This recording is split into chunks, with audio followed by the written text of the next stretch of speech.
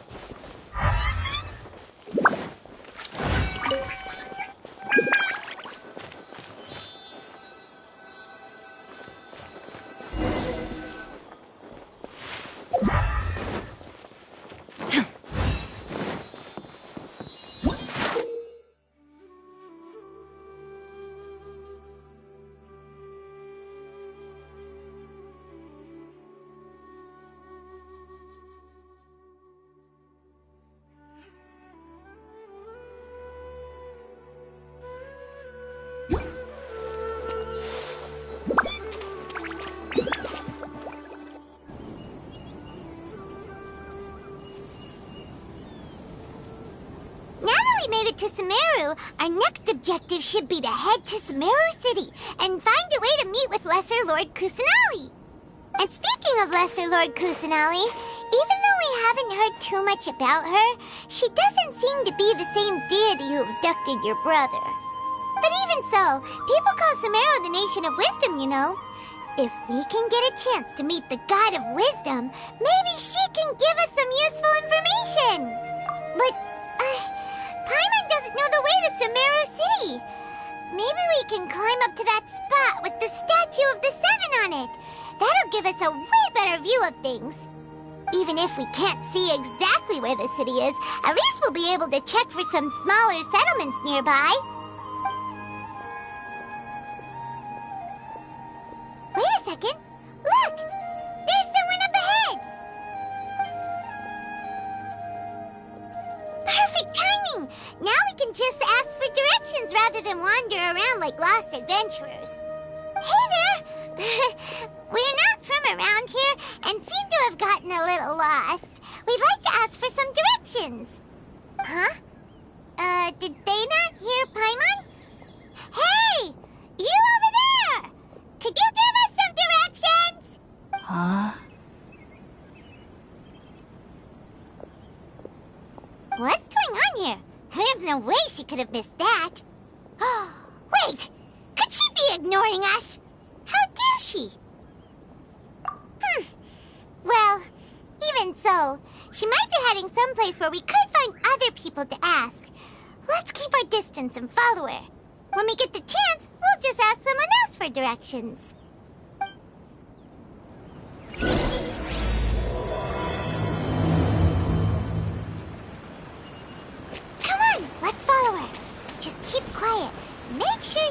notice us.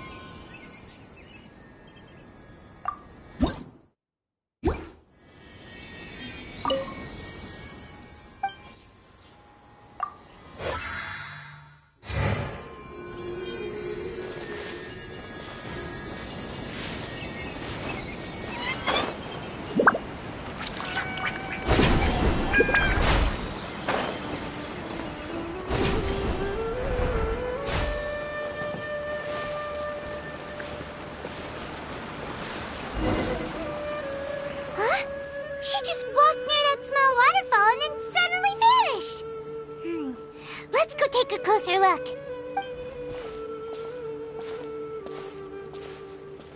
Paimon thought this cave would lead to a village or something, but, it looks like that's not the case. Look, she's sitting over there.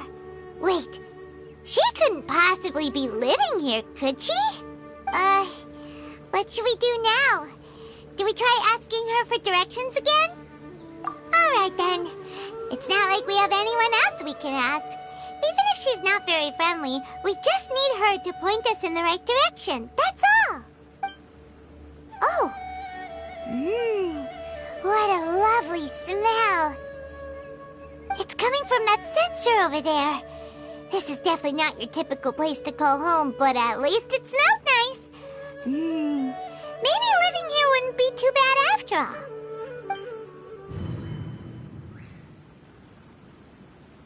Huh? What's the matter? You don't look too good. What? Is the smell making you feel sick? Strange. Paimon doesn't feel anything.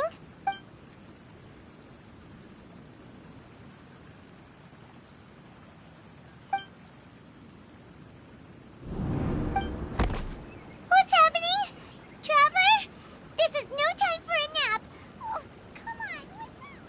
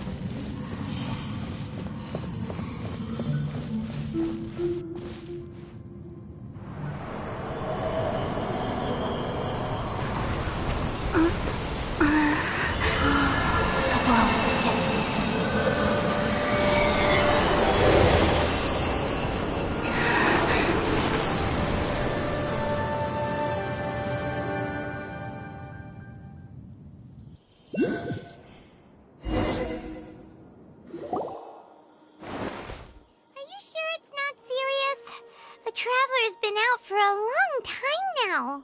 Yes, you can relax. Believe me, Master is extremely knowledgeable. If he says that she's going to be alright, then there's absolutely nothing to worry about. Oh, are you awake now? Oh, thank goodness! Traveler, you're finally awake! Well, we're at... Good question. Where are we? Paimon was in such a panic when you passed out that she even forgot to ask what place this is. This is Gandharvaville. It was originally built by scholars from Sumeru as a place to rest in the rainforest. Now it's mainly used by the forest rangers as a base of operations. My name is Kale. I'm a trainee forest ranger. My master and I found you passed out during our patrol, so we brought you here. Oh, no thanks are necessary. I didn't do anything really. By the way, how are you feeling now? Any discomfort? Oh, that's Master's herbal medicine you're tasting. He gave you some while you were unconscious. Before I forget, Master mentioned you should take more medicine once you wake up.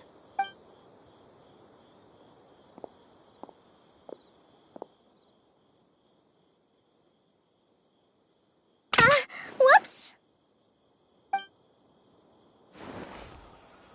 Kale, what's the matter? Were you trying to retrieve the medicine? As I've already told you, you must be careful with these. All right, I'll get it for you once I'm finished here. Sorry, Master.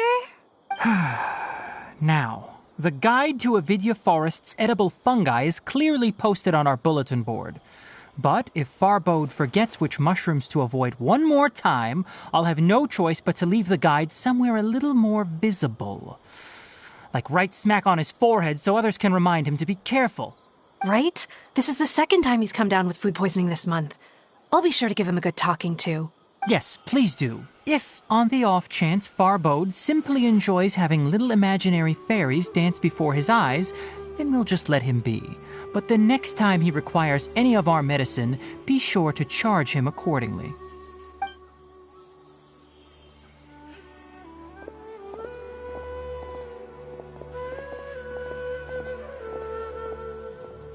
So, how are you doing? Feeling better? Oh, this is my master, Forest Watcher Tainari. He is chief officer over all the rangers here in Gandharvaville. I already informed Paimon about the reason you fell unconscious earlier. But now that you're awake, let me explain it for you as well. It is common practice for Sumeru scholars of certain darshans to dedicate themselves to training and meditation in isolated areas, particularly the nearby forests. While meditating, they use a certain incense known as spirit borneol to help calm their minds as they enter a state of deep rumination. In hopes of asking directions, you two followed a scholar named Hypatia into her cave. The incense you smelled inside was the spirit borneol I just mentioned. That incense typically has no effect on most people, but for a very select few, it can have profound effects on one's cognition, as you experienced firsthand. Does that make sense?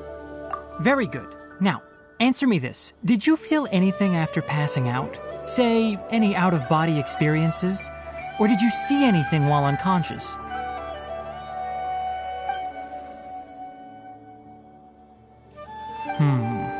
Kale, let the others know to stop bringing their patrol logs here for now. Huh? Why? Because these two will be staying here for the next few days. They can have my room and I'll bunk with Amir. Now get a move on and be sure to do as I've said. Yes, Master Tainari.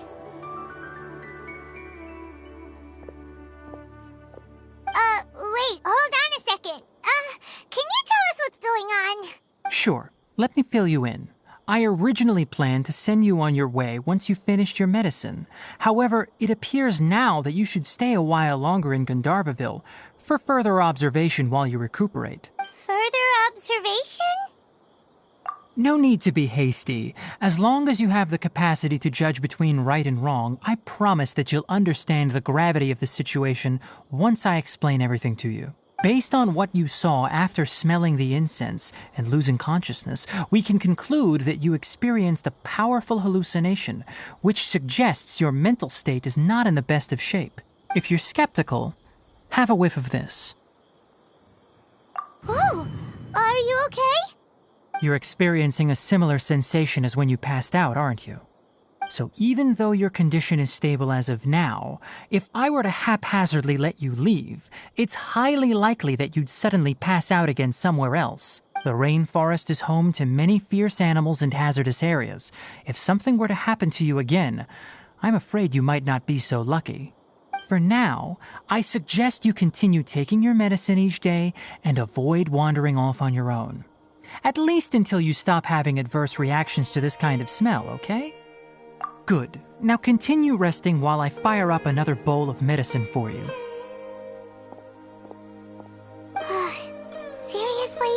We just arrived in Sumeru and we're already having problems left and right! Paimon knows we're set on meeting Lesser Lord Kusanali as soon as possible, but you really don't look too good. It'd probably be best to let you recover first. Hey! Are you even listening to Paimon? Paimon's over here worrying about you, you know! What's weird? You mean how you're feeling now?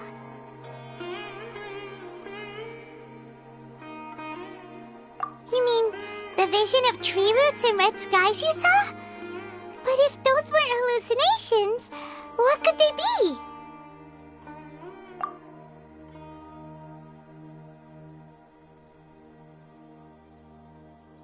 Well, considering how unique you are, Paimon trusts your judgment here. But why didn't you say anything about it to Tainari? If he misjudged your condition, then there's a chance you could get worse, right? Huh? You mean that Tainari already knows that what you saw weren't hallucinations? But if that's the case, why would he try to hide that from us? Oh, Paimon gets it now. That explains why you were so quiet earlier. Well, that settles it then. We'll stay here to rest up and figure out what's going on with your hallucinations. But it seems like asking Tainari might not be an option anymore. What do you think we should do? Good idea. Kale's pretty friendly. We can ask her tomorrow about what she knows regarding the Dendro Archon and customs in Sumeru.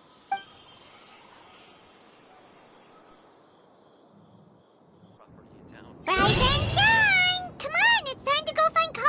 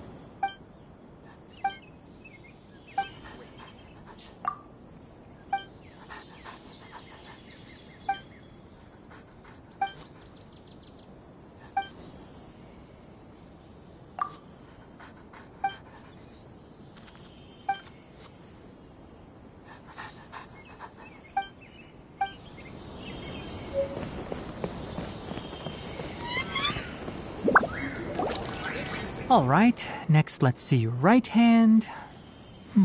Yes, not bad. But please remember that you still need to be careful. Understand? Yes, I will. By the way, Master, I still haven't received the patrol route for today. Look, Kale, today's patrol will be a long one, so you won't be coming along this time.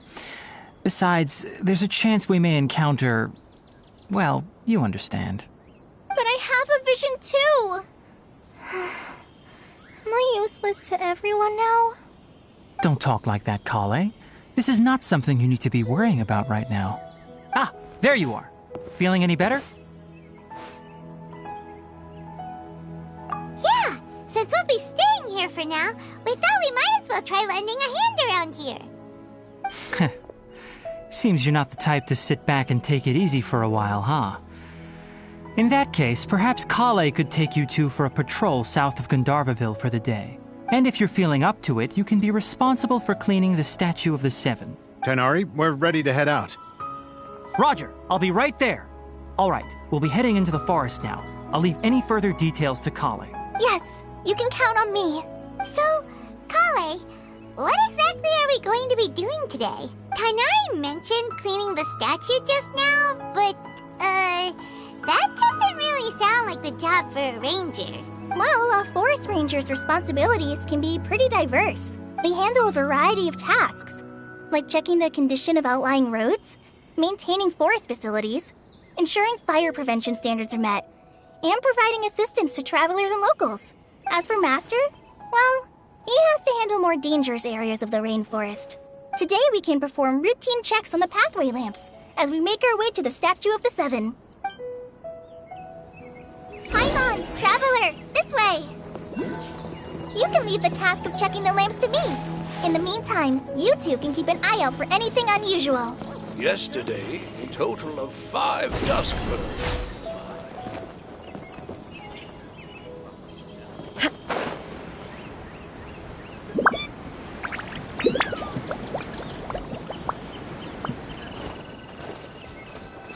Nothing wrong with these 2 lamps.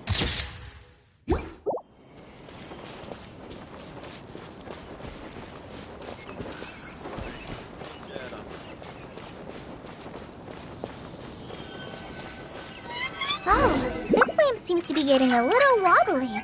Let me make a note of it.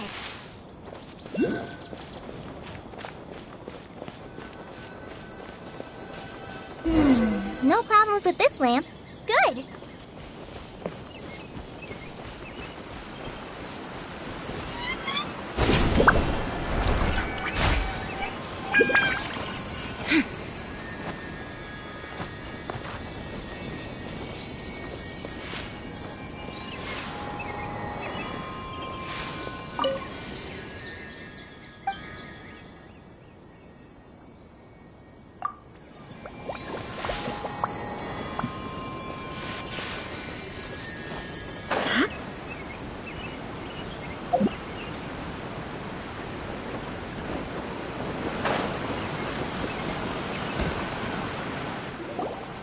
The Statue of the Seven is up on top of that large rock formation. You must have seen it when you came down this road before. It's pretty high up there, isn't it? Don't worry. If you're afraid you can't make it up there, I'm sure Master wouldn't mind if you don't clean the statue. Oh?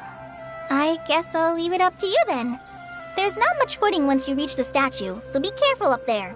Paimon will fly up with you and help you with those hard-to-reach areas. By the way, Kale, do you know anything about the Dendro Archon? You know, what's she like?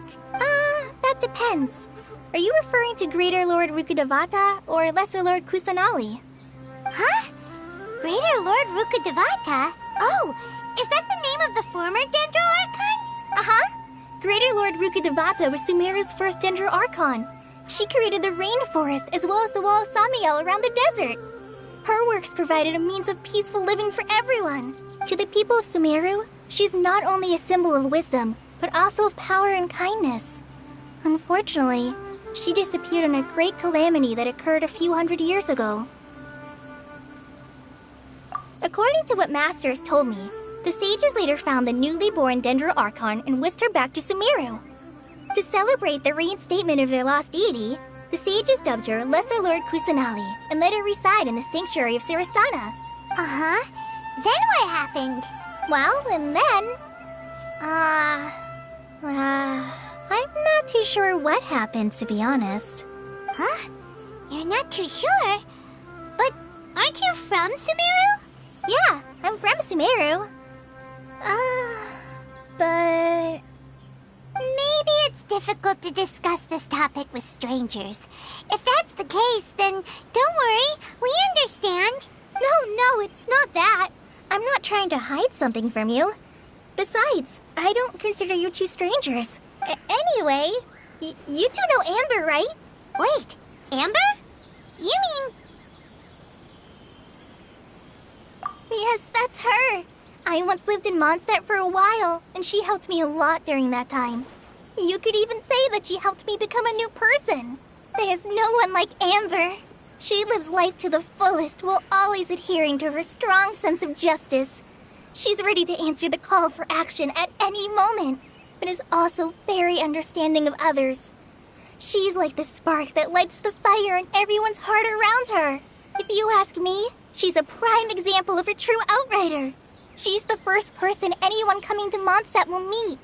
You can't help but be enthralled by her charm and enthusiasm, causing you to fall in love with the lands of Mondstadt and... sorry. Paimon thought the work of Outriders was a little different from what you just described, but one thing's for sure, you really like Amber. Sorry. I was rambling on just now. It must have sounded kind of weird. It's alright, Kale. Knowing that you're a friend of Amber somehow makes Paimon suddenly feel a lot closer to you. So, how do you know that we've met Amber? Well, after I returned to Sumeru, Amber and I have stayed in touch by writing each other letters. In one letter, she mentioned that Mondstadt was attacked by a fearsome dragon, but the city was saved by a mysterious blonde traveler and their floating companion. I knew you two were the ones she mentioned in the letter the moment I saw you. But, considering everything you've been through that day, I thought it'd be inappropriate to bring it up. So that's how you knew. Yep, so please know that you two have my complete trust. Really, I wish I could tell you more about the Dendro Archon, but I have been away from Sumeru for some time, and I haven't read any books. Sorry. That's alright. You've already helped us a lot. We had never even heard of Greater Lord Rukkhadevata or the Sanctuary of Surasthana until you mentioned them. Oh, I'm happy that was helpful. There is one thing I want to ask, though. Why do you two want to know about the Dendro Archon? So that's why you're here. Thank you for telling me your story. Don't mention it. We are friends after all, right? Alright, we have a statue to clean. You both have my thanks. While you two are up there cleaning, I'll go ahead and inspect the forest canopy. Let's meet back here shortly. I'm not a very good climber, so I'll just let you handle the statue. I'll go check the facilities up ahead. By the way, once we're done with our work here, would you like to chat some more?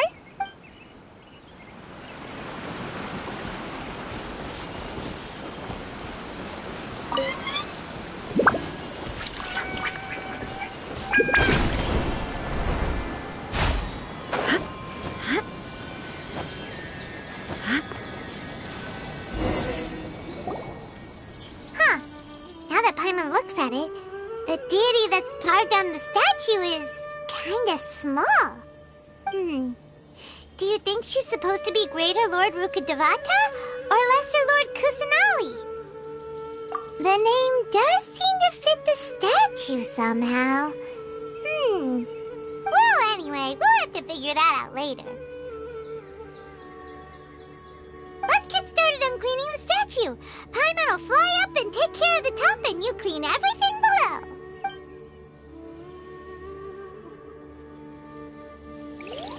Nice work! That's one clean statue.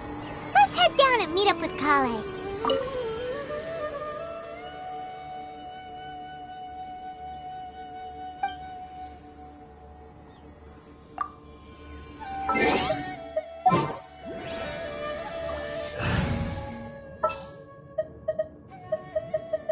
Just what will become...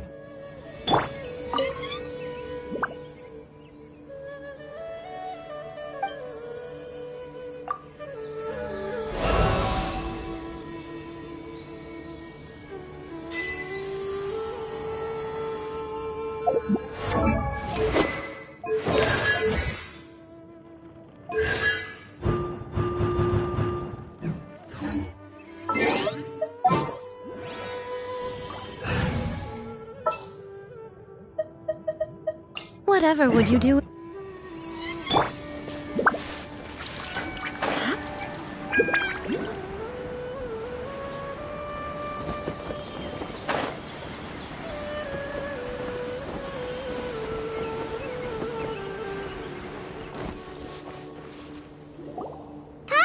We're back!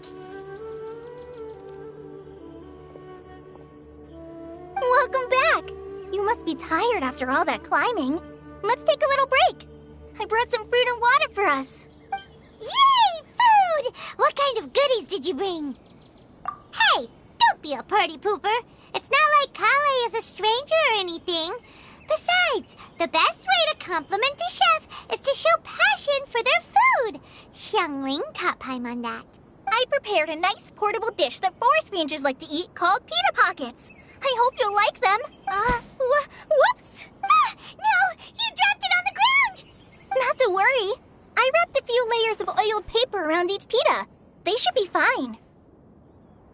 Oh, whew. Paimon nearly had a heart attack there.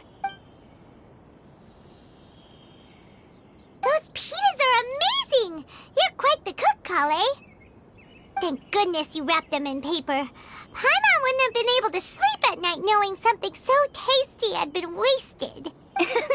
You really know how to compliment the chef, Paimon. Since you liked it so much, I'll be sure to give you a copy of the recipe sometime. I'll even include all my personal cooking pointers, so you'll be making your own pita pockets in no time. Yay! Thanks, Kale! It's hard to believe someone as diligent as you could have clumsy moments, too. Oh, I guess it happens from time to time. So, Kale, don't you think that Tainari's a little too strict with you? He won't let you touch anything without his permission.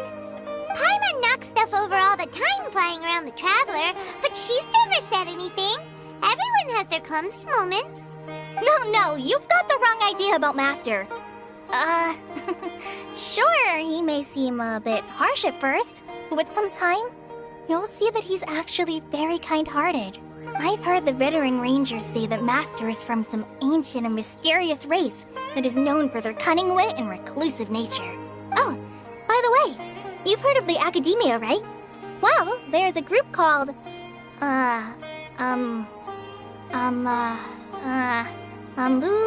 something? Well, anyway, because Master does a lot of research on plants, sages from the Academia have written him many times, inviting him to take up an official position there. But Master declines their offers every time, saying, Sumeru City is too noisy. It'd be bad for my ears. Seems you already know him well. Anyway, I'm sure the sages were not happy about his responses. Master could obviously have a bright future in the Academia, but he insists on sticking to the path of a forest watcher. Every day he helps the locals of the forest and passes on his extensive knowledge to trainees like me. In fact, Master's the one who taught me how to make pita pockets. Really?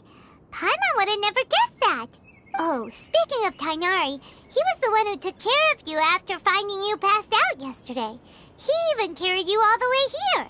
Paimon's still kinda upset, though. He kept scolding Paimon the entire way here. Oh no, I'm sorry. Master might have been overreacting a little. But, it's mostly because Paimon wouldn't stop yelling, Why, oh why? Is she going to die? It probably started to get under Master's skin after a while. Hey! Don't laugh! Paimon was genuinely concerned about you. Hey! Now even Kale's starting to laugh. Ugh, that's it! Paimon won't forget this! It's time for some Paimonial wrath! No! Don't touch me!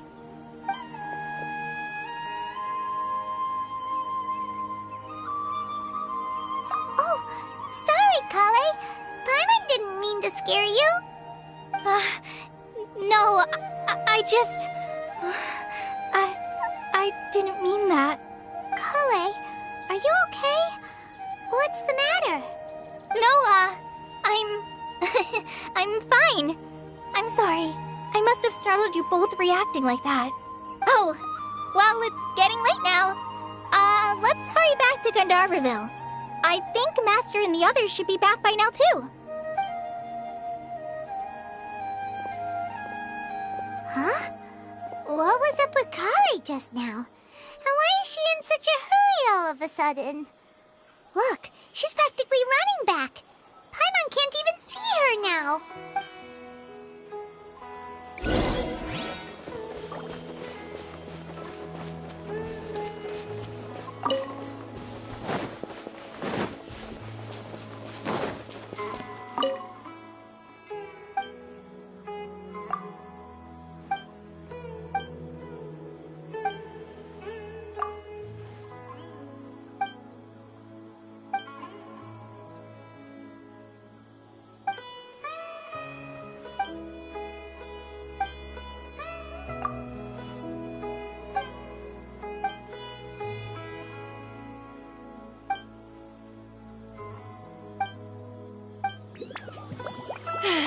The rainforest climate is far more pleasant than that of the desert. Ah, Traveler. You've returned. Yep, we're back. Have you seen Kale by any chance? Oh, Kale? Yes. I saw her go into her room just a moment ago. Oh, okay. Guess we'll just have to wait and talk to her tomorrow then. The rainforest climate is far more pleasant than that of the desert.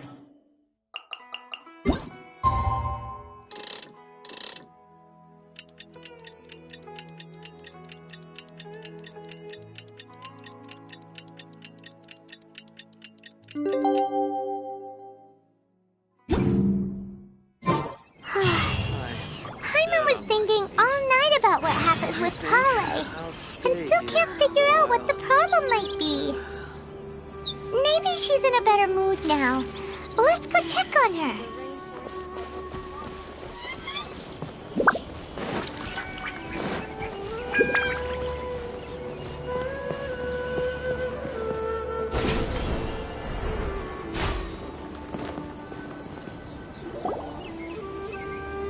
Ah, it's you two. I was just about to go look for you. Huh? Tighnari? What are you doing here? Where's Kale? I came to check on Kale's condition. To put it simply, she's not well.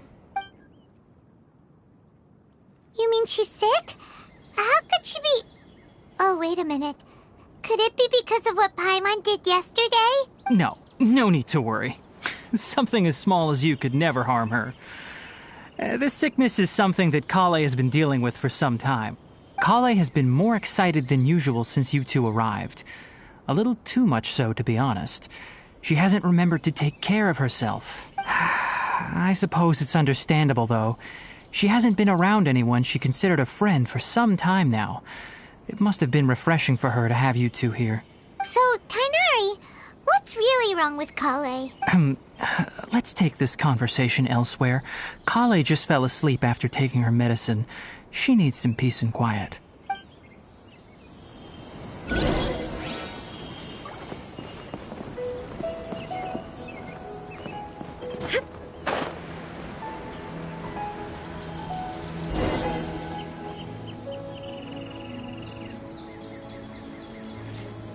All right, let's continue our conversation here, shall we? To be honest, I hadn't realized that you're that honorary knight from Mondstadt until Kale told me just now.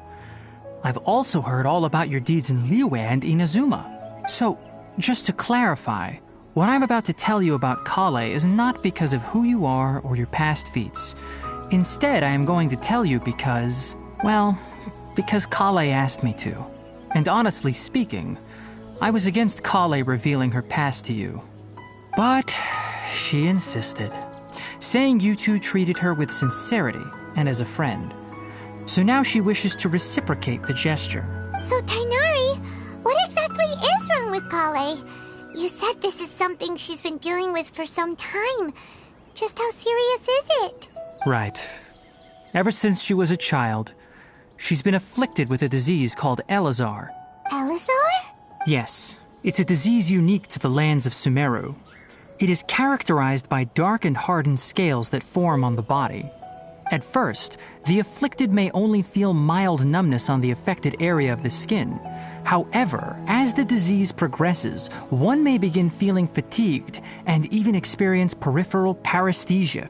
In its final stages, the disease strips a person of the ability to control their own body, and they effectively become completely immobile. That sounds terrifying. Wait, hold on. So when Kale seemed to be acting a little clumsy earlier, it was because... Correct. That would be the effects of Elazar, which is precisely why I do not want her carrying or holding anything, lest she ends up hurting herself. With appropriate treatment, the disease can be effectively controlled before it progresses to a more serious stage. However, there is unfortunately still no true cure for Elazar. Nevertheless, Kale's mother still hoped that there was something out there. She handed Kale over to an organization known as the Fatui after one of their members lied and said they had a cure. What? The Fatui? Ah, it appears you are already familiar with them. That'll save me some explanation. Anyway, the person who eventually rescued Kale and brought her to me for care said that she had been given to a harbinger known as the Doctor. I have no idea how this doctor managed to do it, but her case of Elazar was completely stable for all the years that Kale was with them. However, Kale's days with the Fatui were anything but pleasant. Kale is a resilient individual and always tries to appear cheerful, but her experience with the Fatui has left deep scars. Even now, she can still feel deathly afraid of someone touching her. Paimon had no idea Kale's been through so much suffering. Oh, by the way, Paimon, Kale wanted me to tell you that she's sorry for scaring you yesterday. She also wanted both of you to know that she's sorry for hiding her illness.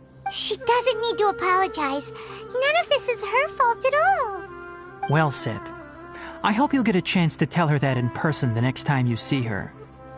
Kale once thought that it would be impossible for her to have any real friendships. I trust that you two will never let my trainee experience such emotional pain again. Don't worry, Tainari. We'll take good care of her. Well, it's not too serious at this point. She overexerted herself the last couple of days, which is what led to her breakdown this time. As long as she has taken her medicine and gets plenty of rest, she should get better. Though, I must admit that Kale's condition was much more stable when she first arrived here in Gandharvaville. She was interested in the work of the forest rangers the moment she saw us. I could see that she was serious about learning, so I felt compelled to ask her to join us. Her stamina has gotten much worse recently. Though a moderate amount of physical exercise is always necessary, I'm afraid the long-distance patrols are a little too much for her now. All right, now that I've told you about Kale's past, I think I'll head into the rainforest to find some ingredients needed for her medicine. I'll see you two later. Yeah, we'd like to do something to help Kale too. All right, but I must warn you two. The rainforest is a dangerous place, especially for someone who's still recovering like the Traveler.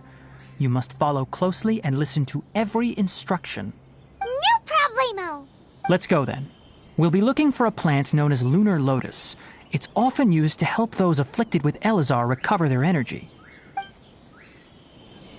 Hey, Tainari? Where exactly are we going to find this plant? Lunar lotus can be found all over the rainforest, but it often grows right here around Gandharvaville. Given the name, it sounds like we should be looking for it in the water. You are correct. Lunar lotus grows in the water. When fully matured, they look like giant blue flowers floating on the water's surface. Quite an attractive species, if you ask me. The large petals are actually the plant's leaves and sepals, which surround a very small flower. You should note that many of the plants found in Sumeru have names that are contrary to their species. Take the Kalpalata, for example. The plant is not a lotus at all, but rather a vine. And then there's the Sumeru rose, which is not a rose, completely contrary to its name. Oh,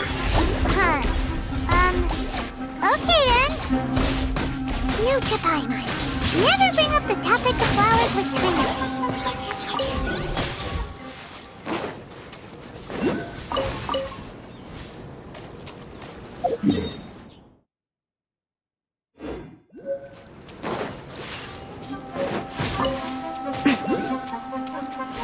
Right here. There is no escape!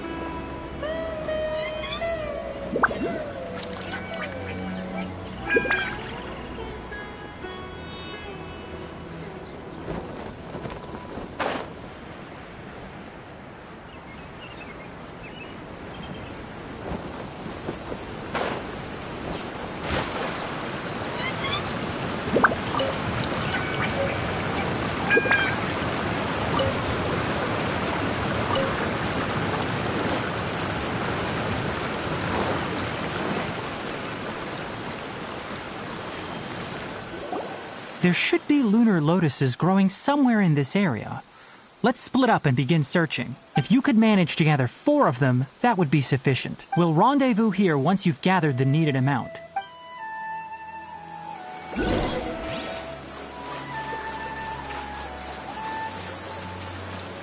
Alright, we've gathered enough lunar lotuses. Let's head back to meet Tainari.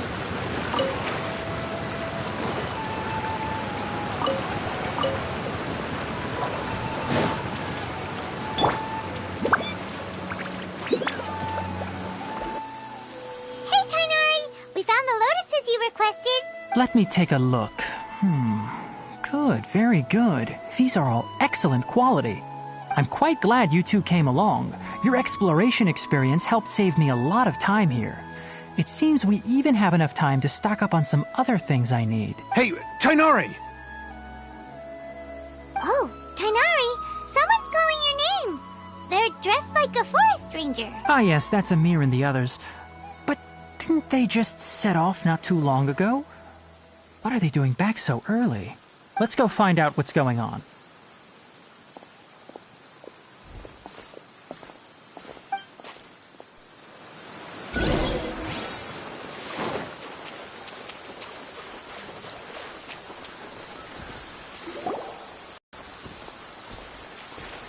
Tainari, thank goodness we found you here. We were just about to head back and find you at Gandharvaville. What's going on? We just discovered a withering zone. The withering is back? But the patrol route you were on should have been already cleared just a week ago. It reappeared so quickly. Can you tell me the exact location? It's up ahead, deep in the river valley. It's appeared in a spot that blocks nearly the entire narrow part of the valley area, so we decided to come find you as quickly as possible. And the radius of the contamination? Sorry, I couldn't get a clear enough view to tell. No one in our patrol team had a vision, and it appeared to still be spreading. So we didn't risk getting any closer. Okay, I understand. You made the right decision. I'll go deal with it right away. In the meantime, please guide these two back to Gandharvaville. Wait, Tainari, why don't you let us help you? You two have only just arrived in Sumeru. You're still unfamiliar with many things in these lands. There's a unique type of anomaly that occurs in the Sumeru rainforest. It's called the withering. The affected areas not only cause nearby vegetation to wither, but it's also lethal to wildlife and even people. If you don't carry a vision, then you should think twice before approaching such places. Yes, Amir is absolutely right. I wasn't kidding when I said the rainforest is a dangerous place. As Amir said, only someone with a vision, that is, the power to manipulate elements, will be able to resist the withering's corrosive effects for a time. That's right. If any of the forest rangers without a vision come across a withering zone, we first make a record of the location and then have a ranger with the proper abilities deal with it, like Tainari here. Only someone with a vision can venture within a withering zone and find a way to deal with it. But you don't seem to carry a vision. Don't worry, she may not have a vision, but she's a real pro at using the power of the elements. It seems the rumors about you are true. In that case, all right, you two may accompany me. We typically only teach visitors how to identify the withering as they're about to leave Gandharvaville. We'll make an exception today and show you what it looks like up close.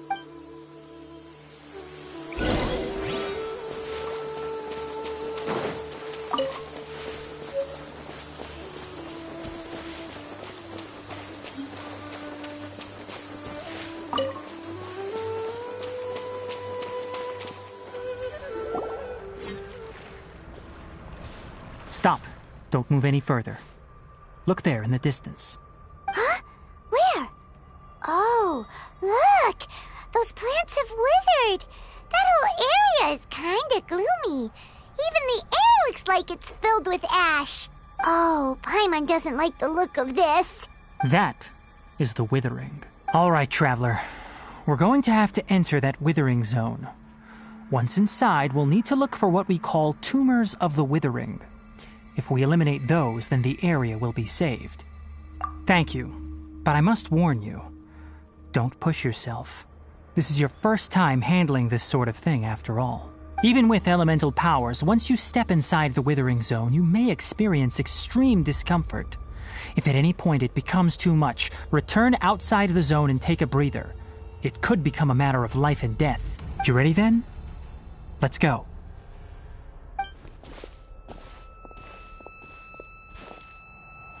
First, we must locate any branches sustaining the withering zone.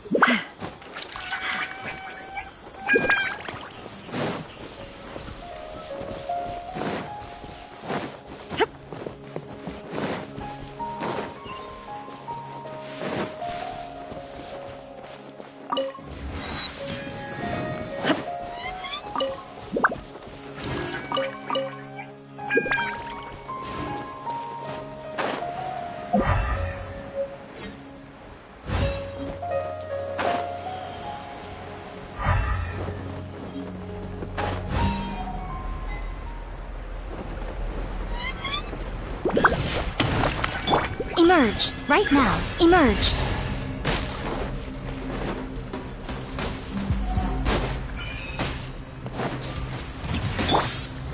Allow me!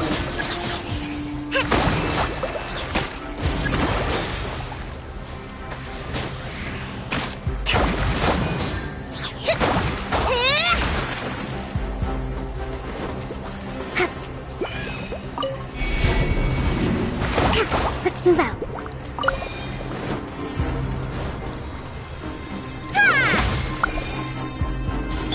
Illusion shattered!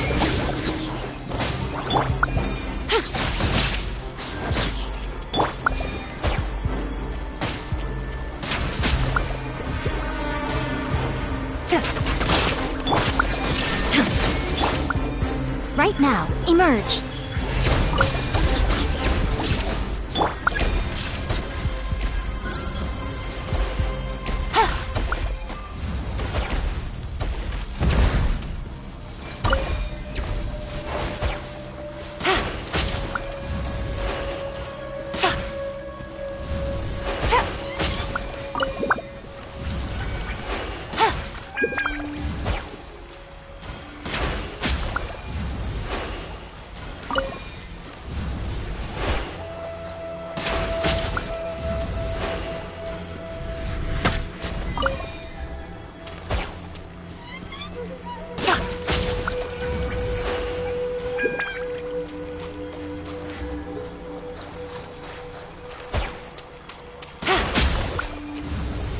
Great work. Now that all the branches have been cleared, we'll need to take care of the tumor. Shine down! Right now, emerge, right here. A sight to behold. Now, destroy the tumors of the withering.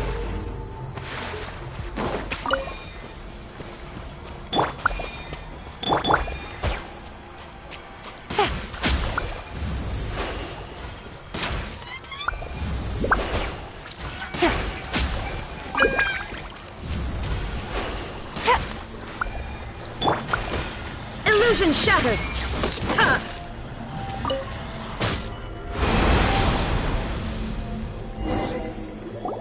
We did it! Everything's returning to normal now! Yes, thanks to you two. We were able to quickly restore this area back to normal. Tainari? You make it sound like we did well, but why does Paimon have the feeling you're worried about something? It's that obvious, huh? Alright, it's like this. Recently, the rate at which the withering zone appears has been increasing. Even though we were able to quickly clear that withering zone, it won't be long before another one appears. If that simply meant more work for me, then that wouldn't be an issue. But it's far more severe than that. The withering is leaving lasting effects on the rainforest itself. For instance, even though we cleared out the withering zone, many of the plants that were affected will not recover. This presents a crisis for the ecosystem itself. Many plants in the rainforest are already in decline, directly impacting the wildlife that depends on those plants. And most disturbingly, as the appearances of withering zones have started to increase, Kale's case of Elazar has also become more serious. Huh? Well, why's that? I'm still not sure of the exact reason. However, I've received word from acquaintances at the academia that similar cases are being reported for patients with other conditions. No, none that we know of. The withering has been recorded in Sumeru for millennia. It's said that it originates from the depths of the world. By the way, have you heard of Irminsul before? Irminsul is a tree located deep beneath the surface. Although it isn't like any tree we know in a biological sense, you can basically think of it as a large tree that grows downwards rather than upwards. I'm sure you've heard of ley lines, right? They're like the roots of Irminsul, spreading and extending from a massive cavern deep underground all the way up to the surface. Ley lines continually absorb the memories of this world, which are then funneled into Irminsul, allowing it to collect knowledge and wisdom from ancient times to present day. The Dendro Archon is known as the God of Wisdom because her consciousness is directly connected to it. It is also said that the Dendro Archon's power is a manifestation of Irminsul. And as for the Withering, its emergence is related to a disease that's affecting it. That's right. My ancestors learned of this from Greater Lord Rukadevata's familiars a long time ago. But even those mysterious creatures did not know of a cure for Irminsul. I'm afraid we Rangers will be battling the Withering Zones here for a long time until a cure is found. Alright, that's enough on this topic for the time being. Now that we've taken care of things here, it's time for us to head back to Gandharvaville.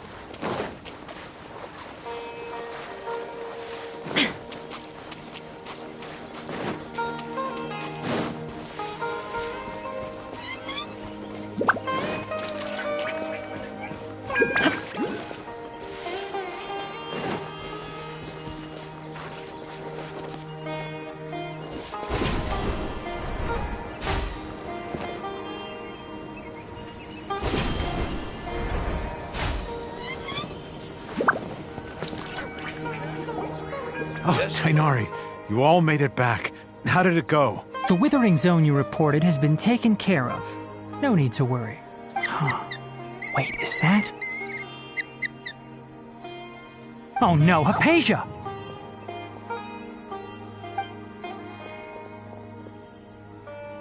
Huh? What's wrong, Tainari? This Duskbird is Hypatia's designated courier for urgent news. You do remember her, don't you? She's the scholar you and Paimon were following when you first arrived in Sumeru. Oh, her? How could we forget? So did something happen? Let me see what's written in the letter first. So what's it say? And what's with that weird expression on your face? Just let Paimon read it. Huh? All Paimon sees are 3 squiggly lines. Yes, allow me to explain. After we brought you from Hypatia's cave to Gandharvaville, Hypatia resumed her meditation. She must have just finished.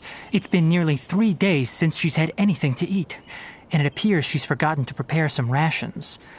This letter is her asking us for help. We need to go. What? You mean she's been sitting there for 3 days? Hey, wait, how did you know all that from just a few lines on the paper? Well, obviously because this has happened before.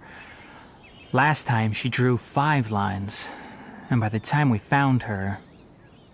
Well, I'd prefer not to remember that. Needless to say, Hypatia's been through worse, but we should still get to her as quickly as possible. I've got some emergency rations set aside for times like these. Paimon, Traveler, could you two bring these to her? Wait, you want us to bring her the rations? But will the Traveler be okay if her cave is still filled with that funny incense? Let's find out. Here, Traveler, take a smell and see. So, how do you feel? Huh? Really? You're not feeling even a little drowsy? But wait, how'd you know that she'd be okay this time, Tainari? Back when we were clearing the withering zone, I observed that she could adeptly manipulate the dendro element. I knew then that she would be fine. And if I may ask, when I was telling you two about Irminsol's ley lines, was what I described similar at all to what you saw while you were unconscious? That's correct. Those weren't hallucinations at all. Though I don't intend to apologize for deceiving you, because what you saw is of significant importance. Not just for the nation of Sumeru, but the entire world of Tevat. My forefathers were shown much favor by Greater Lord Rukkhadevata. We took an oath to protect this nation together with her. Now that that duty has fallen to me, it was part of my responsibilities to ascertain whether you could be entrusted with the fate of Sumeru. Now, after seeing you in action with my own eyes, you have earned my confidence, and I no longer feel the need to hide any secrets from you. When you passed out, your consciousness had connected directly with Irminsol. What you witnessed were actually real memories contained within Irminsol itself. I could try to tell you more, but it would be better if you went to ask Hypatia instead. Her focus on meditation and use of Spirit Borneol are aimed at establishing a connection with Irminsol, just as you did. That sounds nice and all, but will she really help us? Seriously, she completely ignored us the last time we tried talking to her. That was because when you ran into her, she was in a special phase of her training. During that time, she must avoid communicating with others. Please, wait here for a moment.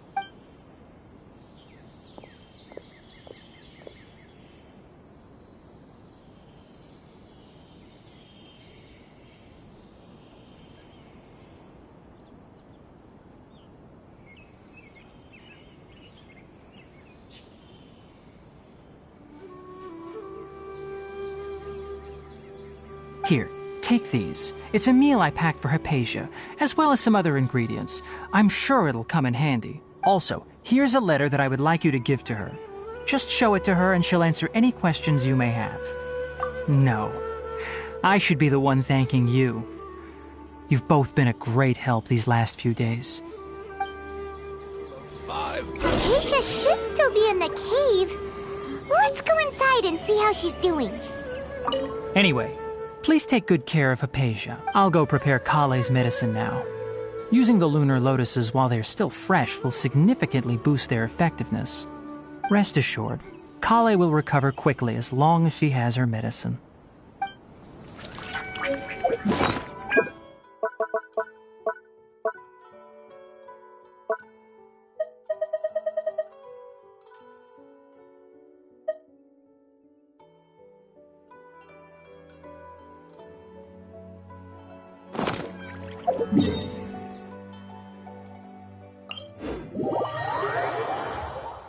All the world holds dear is but a backdrop of constant motion. Hypatia should still be in the cave. Let's go inside and see how she's doing.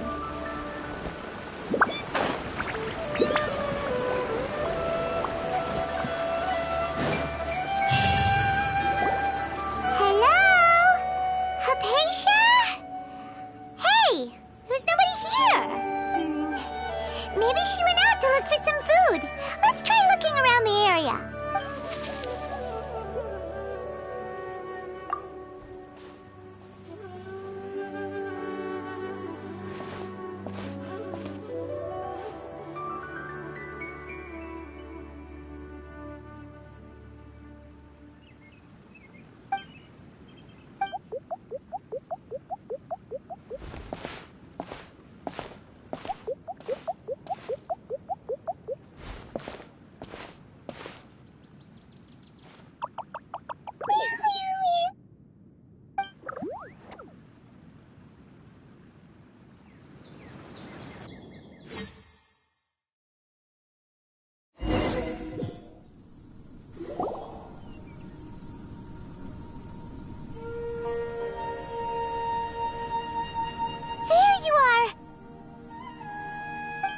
Hypatia, are you alright?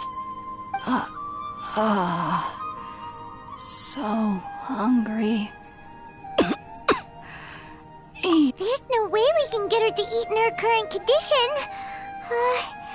Let's try finding some water first. Huh? Wait, why does it look super foggy outside all of a sudden? Anyway, let's go look around.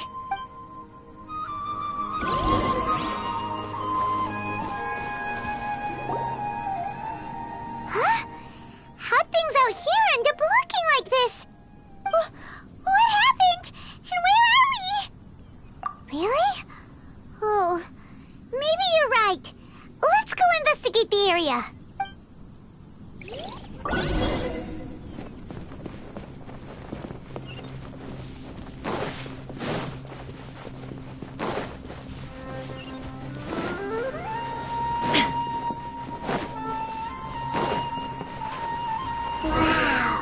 This place is huge! I knew there's something off about that cave. Let's think of a way to get over there and have a closer look. Who knows? Maybe we'll find a lead of some kind.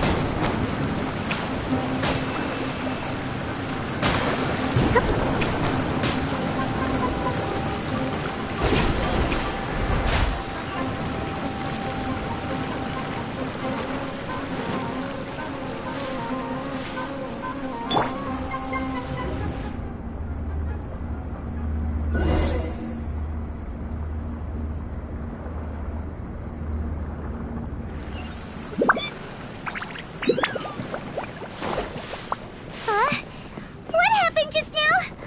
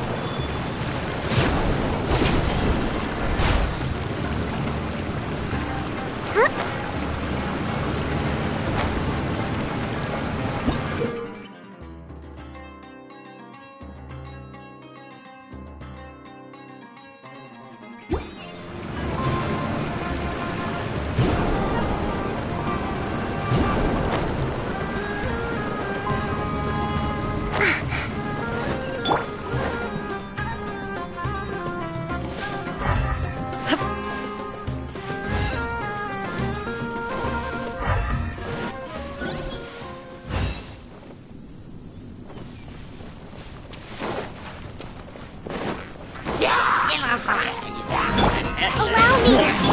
Shine down! Right now. Right here. Quietly now.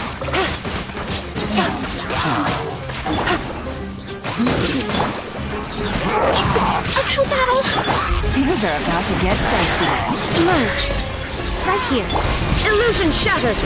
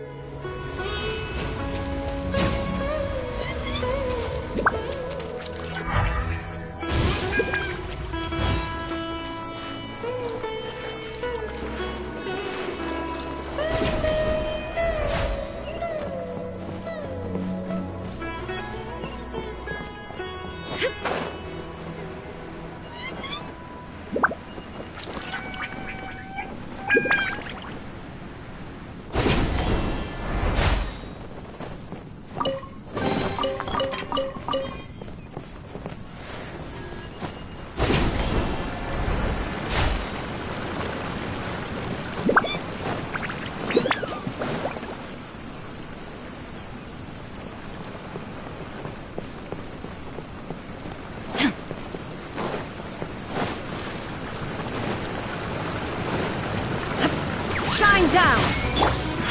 Right now, emerge! Gotcha!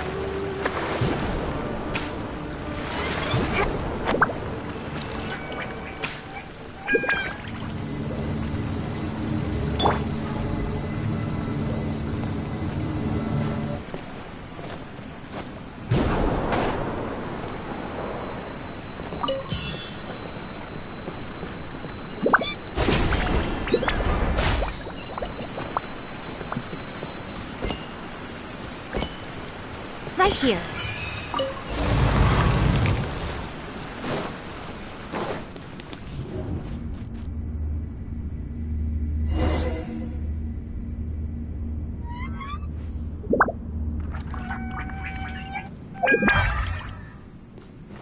What in Tibet is going on here? This place is getting weirder by the minute. Hey, what's the matter? You don't look so good.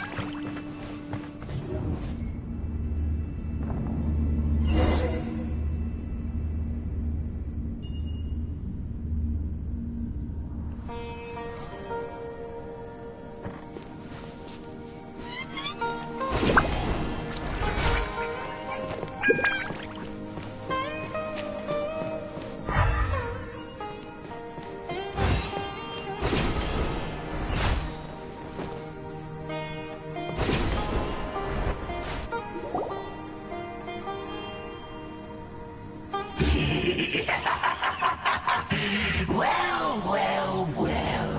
Looks like we meet again, traveler. The Abyss Herald! What are you planning to do in this strange place? Strange place. Plotting. You needn't worry about such things. They don't concern you. Emerge. Right now. Right here. There is no escape. Nothing lasts forever. Hold the line! Insolent. Grant me new life. The end. Right now. Right here. Emerge.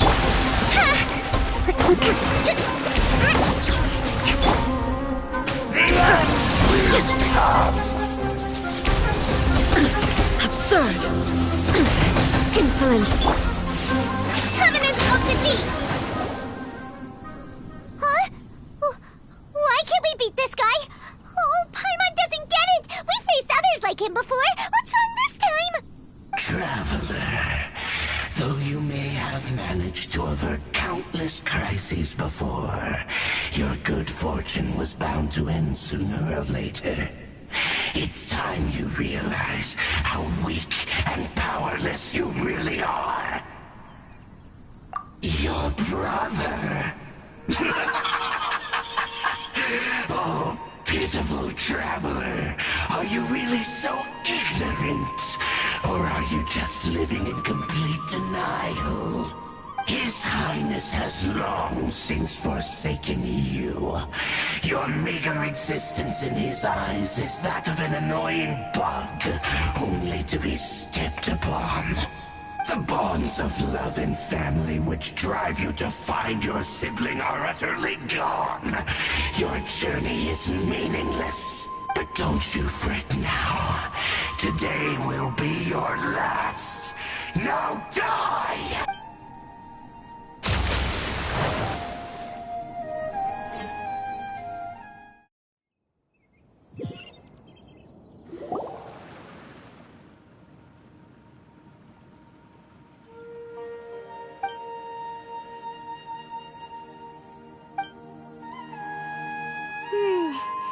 What do we do? We haven't seen Hypatia anywhere out here. Oh, there she is! Quick, let's see how she's doing. So sweet. Well, the good news is that she's still conscious. Hey, why'd you drop her food on the floor like that?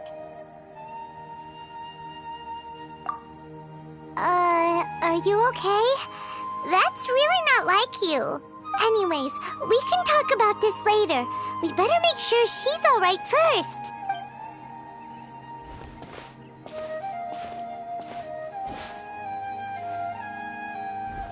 Whoa! Wait a sec. Look at all this fruit lying around her. We can put that to good use.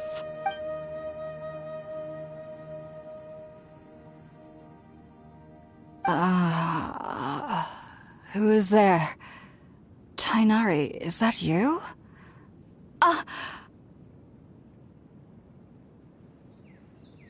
Huh? It's okay. You can relax, Hypatia. Tainari sent us here to bring you some food and water. Here, we have a letter that he asked us to give you.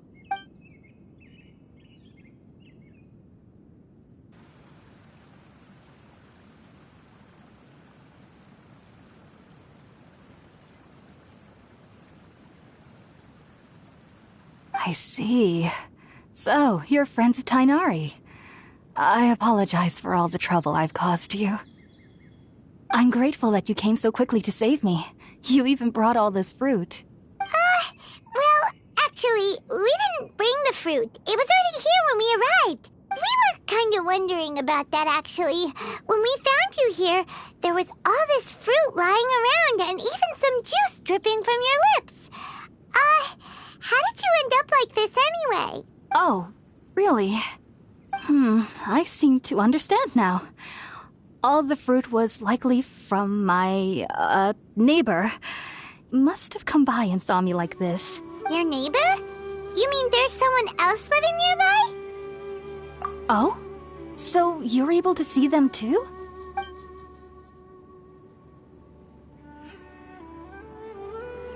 Wait, hold on a second, Traveler. You say that before we arrived, you saw some mysterious creature and suddenly had a strange dream? Isn't that a little too crazy to believe? No, I actually do believe what the Traveler is saying. I myself had a similar experience once before and ended up scaring my timid little neighbor here. You needn't worry. They mean you no harm. They only dragged you into the dream because they hoped to buy themselves a little time in order to scurry away. So, Hypatia, just what kind of creature is your neighbor exactly? I'm not sure what it's called, to be honest. But I do know that they have some sort of deeper connection with the Dendro Archon. I know this because the first time I saw them was also the exact day my consciousness was able to form a connection with Irminsul. Even after I opened my eyes and stopped meditating, my heart was still pounding, and my mind was racing with all the knowledge that I had touched. And at that very moment, I suddenly noticed a small figure at the opening of the cave. In my curiosity, I began to walk over to the creature. They must have already been used to me living in the cave, because they didn't seem to mind me approaching them. They just kept doing whatever they were up to. It wasn't until I crouched down next to them that they suddenly realized that I could see them. Oh! And then? And then I had a dream. By the time I came to, they were nowhere to be seen. I was convinced they'd never show up again. But sure enough, I saw them nearby a few days later. And they weren't alone. I feel like they aren't as afraid of me as the first time I approached them. But I never would have expected them to save me. Yes, no doubt about that. By the way, Tainari mentioned in his letter that you had questions for me regarding Irminsul.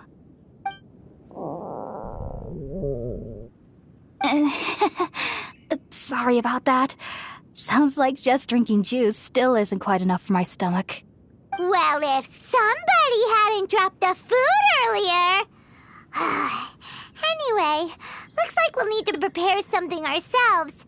Besides, Paimon's getting hungry too. Let's eat first and talk about Irminsul later. Alright, we're up, Traveler. Today's menu will feature Sweet Madame and a radish veggie soup. You'll love them, Hypatia. They're our specialties after all. Sounds good. I've never tried any dishes from other nations before. I certainly look forward to it. It's been so long since I've had a decent meal, too. To be honest, the last time had to be when Tainari came to visit.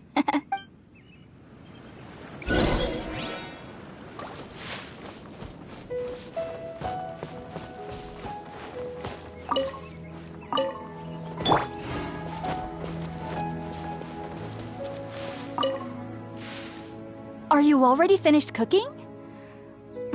Smells delectable. I'm truly thankful whenever I can enjoy a proper meal like this. Cooking really isn't my forte.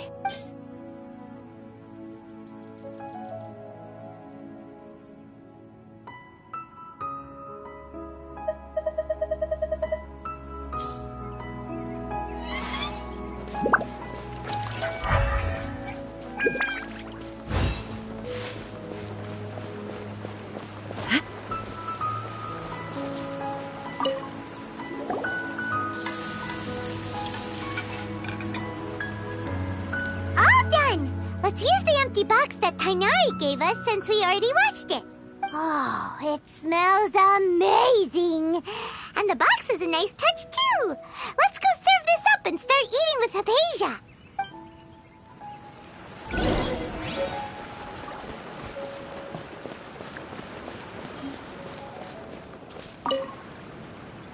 Are you already finished cooking? Smells delectable. I'm truly thankful whenever I can enjoy a proper meal like this. Cooking really isn't my forte.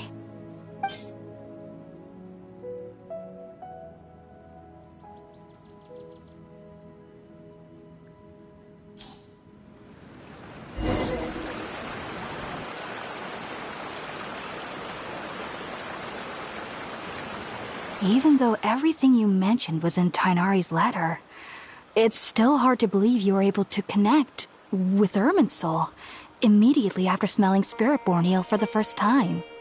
It took me nearly 3 years before I could do so. And everyone at the Academia even lauded me as a genius. You should know that some researchers spend their entire lives without ever successfully connecting with Irminsul as you have.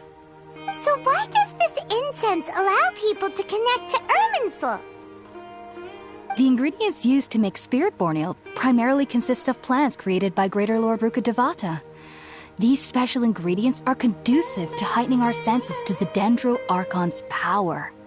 Since the root of the Dendro Archon's power lies within Irminsul, we can occasionally tap into her powers to peer into the depths of the earth.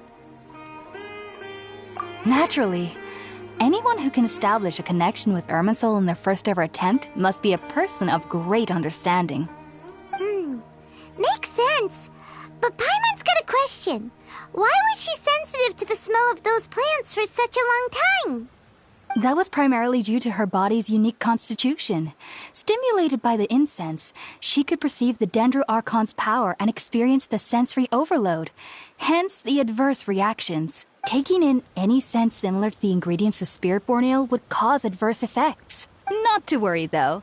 It appears you've already fully recovered. Technically, your body should still be sensitive to the powers of the Dendro Archon, but unless you're using intentional meditation techniques, the scent of Spiritborn Ale should no longer trigger such reactions. Whew. Well, that's a relief. I must admit, I am quite envious of your abilities. Even if it meant suffering from pounding headaches for the rest of my life, I'd consider it worthwhile so long as I could connect with Irminsul at will. Whoa! You're really serious about this whole thing, aren't you? I am a researcher after all. As a member of the Ritaoist Darshan at the Academia, my main area of research is the stars and their connection to the fate of living beings. But there is still so much we don't know, especially regarding the mysteries that lie in the starry skies. Which is why I must turn to the all-knowing Irminsul for answers. If only my perception wasn't so limited. Unfortunately, I cannot guarantee that my every attempt to attune with Irminsul will be successful, or that doing so will leave my consciousness intact. I am currently in the stage of training known as Satyavada life. Many researchers in Sumeru have lost their minds while seeking to attune with Irminsul during this stage. Sages have said that Irminsul contains divine knowledge, and touching such knowledge without the proper preparations and abilities will only lead to one's mind caving in on itself. That's why we meditate alone. We need to ensure that our minds will be calm while minimizing the possibility of involving anyone else. Whoa! So knowledge from Irminsul can be super dangerous. I afraid of the risk, Hypatia? Of course I do. Especially during nights that are pitch black with no moonlight, and dead silent without even the sound of insects. However, I've been feeling better as of late. I don't get as scared anymore knowing that I have a little neighbor living nearby. I believe that being able to see them is a sort of blessing from the Dendro Archon. But what's strangest of all is that they're clearly an envoy of the God of Wisdom herself, and they have the curious power to make people dream. What's so strange about that? It doesn't sound so out of place for a divine being, does it? Well, it's strange because nearly nobody in Sumeru can ever dream. Oh, is that true? Yes, well, to an extent. Only children can dream in Sumeru. Adults, however, never do. The sages say that wisdom implies rationality, but that which occurs in dreams is often neither rational nor logical. Yes, if one struggles with anxieties, those emotions could influence their dreams. The fact that the people of Sumeru do not have dreams is seen as a blessing by the sages. They believe that Greater Lord Rukkhadevata, the God of Wisdom, is keeping us away from the foolish delusions you encounter in your sleep. I was born into a family of scholars in Sumeru City. Ever since I was a child, my parents would always tell me that I'll know I've grown up once I stop dreaming. I studied hard, enrolled as a student in the academia, and went on to become a researcher. Sure enough, I never dreamed again. But then, on the day I scared the little Aranara, I suddenly saw a dream again. It was incredible. Though I don't exactly remember what I saw, I clearly recall the feeling. I suddenly felt like I was a child again. Back then, I was foolish and ignorant as any youth would be, but I was free of fear. Maybe dreaming isn't as bad as we've made it out to be. Just be sure not to speak of this if you travel to Sumeru City. They'll look at you as if you've lost your mind. So, do you have any thoughts about the things she saw when she connected with Irminsul? Sorry. I'm afraid I don't have any answers as of now. All I can say is that what you saw is a memory contained within Irminsul itself. World forget me. What could that possibly mean? If only I could ascend past Satyavada life and begin Paripurna life, I might have some more answers for you. If you two are ever in the area again, please be sure to come and see me. There's no need to be thanking me. You two are my saviors. Besides, I'm already looking forward to tasting some more of your cooking.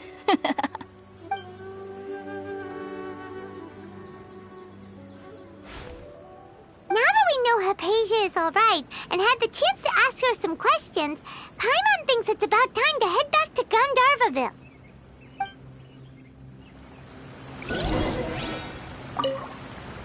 Heading out, I see? If there's anything else you'd ever like to ask about, you know where to find me. Even though that little neighbor of mine was able to induce a state of dreaming, I doubt they were able to control the actual contents of the dream. The end of your dream seemed quite terrifying. Perhaps there's something that's troubling you deep inside? Not to worry, though. I'm sure you'll be able to handle whatever comes your way in the real world. As someone from Sumeru who cannot dream, I needn't ever worry about nightmares. But lately, I've started to feel that I'm somehow missing something without dreams. It's a little hard to explain. Heading out, I see? If there's anything else you'd ever like to ask about, you know where to find me. Sumeru researchers use Spirit-Born Ale to assist them in connecting with Irminsul to extract knowledge from it. Though the process can be risky, we believe that the knowledge gained is worth it. Unfortunately, I cannot help you understand your dream. At least not yet. I'm still learning how to attune to the depths of Irminsul myself. I hope that I'll be able to ascend past Satyavada life and gain deeper insights. Heading out, I see? If there's anything else you'd ever like to ask about, you know where to find me. I've heard local children here in the rainforest speaking of fairy-like creatures. But I'm from Sumeru City, and have never heard of such things when I was a child. Perhaps this is because I had a very strict upbringing. My parents would seldom allow me to play with other children. I doubt they'd ever believe me if I told them about my little neighbor out here. And speaking of my little neighbor, I think they can somehow sense when Tighnari is coming to visit me. I've noticed on several occasions that as they're playing under the trees, they'll suddenly tense up and scamper away for no apparent reason. Shortly after they do this, Tighnari always shows up here.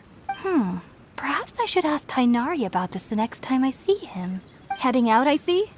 If there's anything else you'd ever like to ask about, you know where to find me. Take care. Do remember to come visit any time you're in the area. I would be happy to chat with you.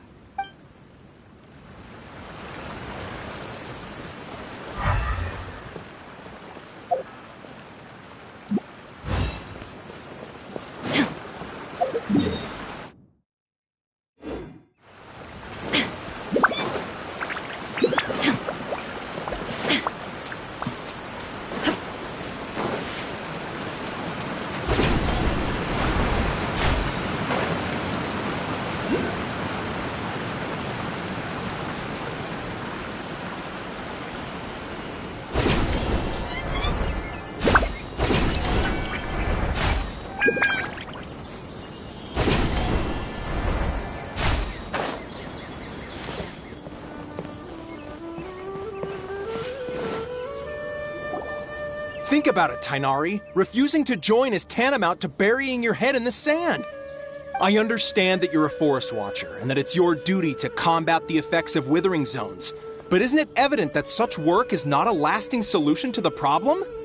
As Sage Kage clearly stated, your presence and guidance in Sumeru City is pivotal in finding a cure for Irminsul. How could you possibly refuse? Keep your emotions in check, Ghulam. Let's at least listen to Tighnari's reason for declining. We're here to invite him to the Academia, not to cause a scene. Sage Kage, I am truly honored that you came here in person, but I'm afraid I must still decline your invitation. I am merely a forest watcher. How could the great minds of the Haravatat have any need of someone like me? Well, it turns out that your refusal letter had some implications on your master's reputation. He is a renowned sage of the Immorta, after all. So now I've come here in his stead. I see. Huh. And I figured that given his temper, he would come here and berate me personally. Tighnari, your master is an integral part of this effort, and now he requires your assistance. And what exactly does my master need of me, Sage Kage? You'll know once you've arrived in Sumeru City, that is. And how long will I be required to stay? There's no definite answer as of now. Do you mean to tell me that despite coming all the way here to Gandharvaville, you still can't answer the questions I laid out in the letter to my master? If that's the case, then I'm afraid I cannot give you a definite answer either. Tighnari, but you... So be it. Come, Ghulam, we're leaving.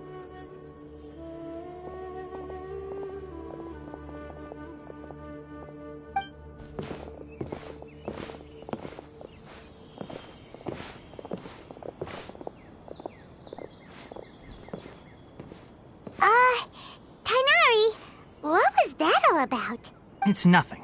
Some people from the Academia wanted me to go to Sumeru City to assist them with a project, but I had to refuse on account of all my responsibilities here.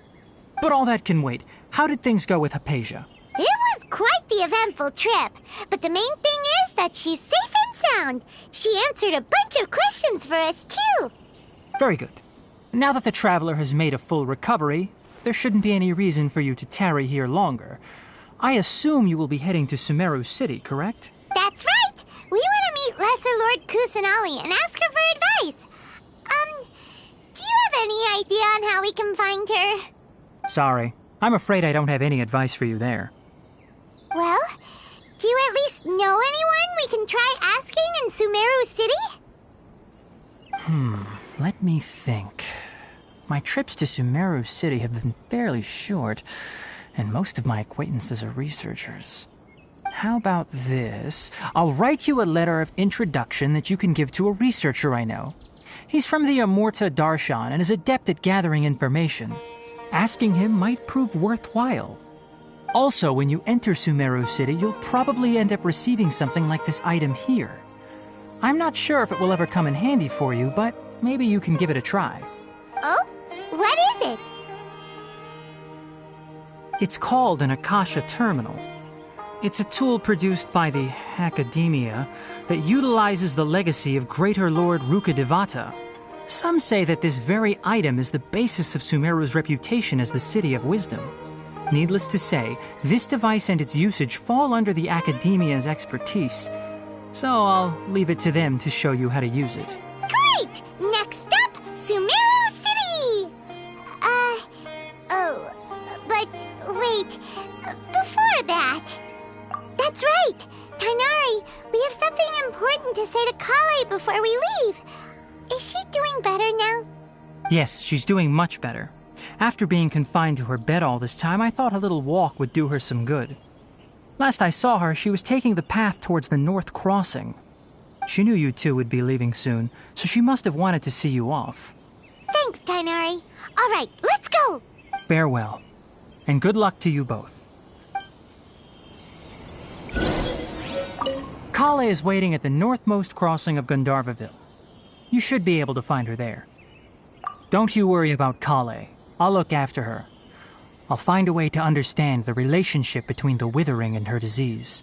Kale is waiting at the northmost crossing of Gandharvaville. You should be able to find her there. It seems there's a major project underway at the Academia, and my master has also joined the effort. But I can't afford to leave Gandharvaville now.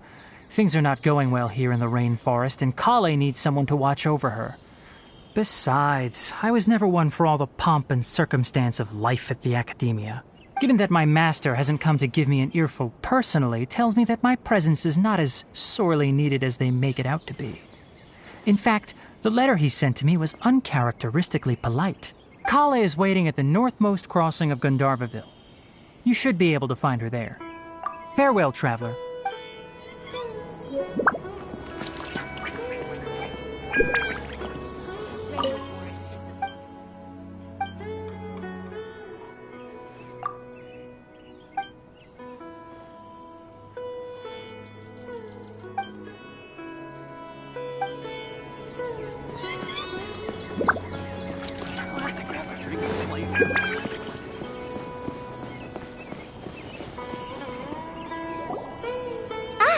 I've been waiting for you two.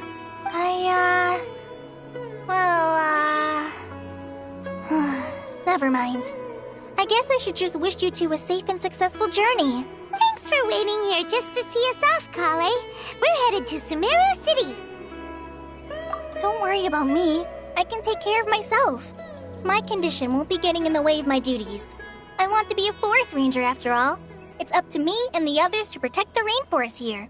And, I'm sorry.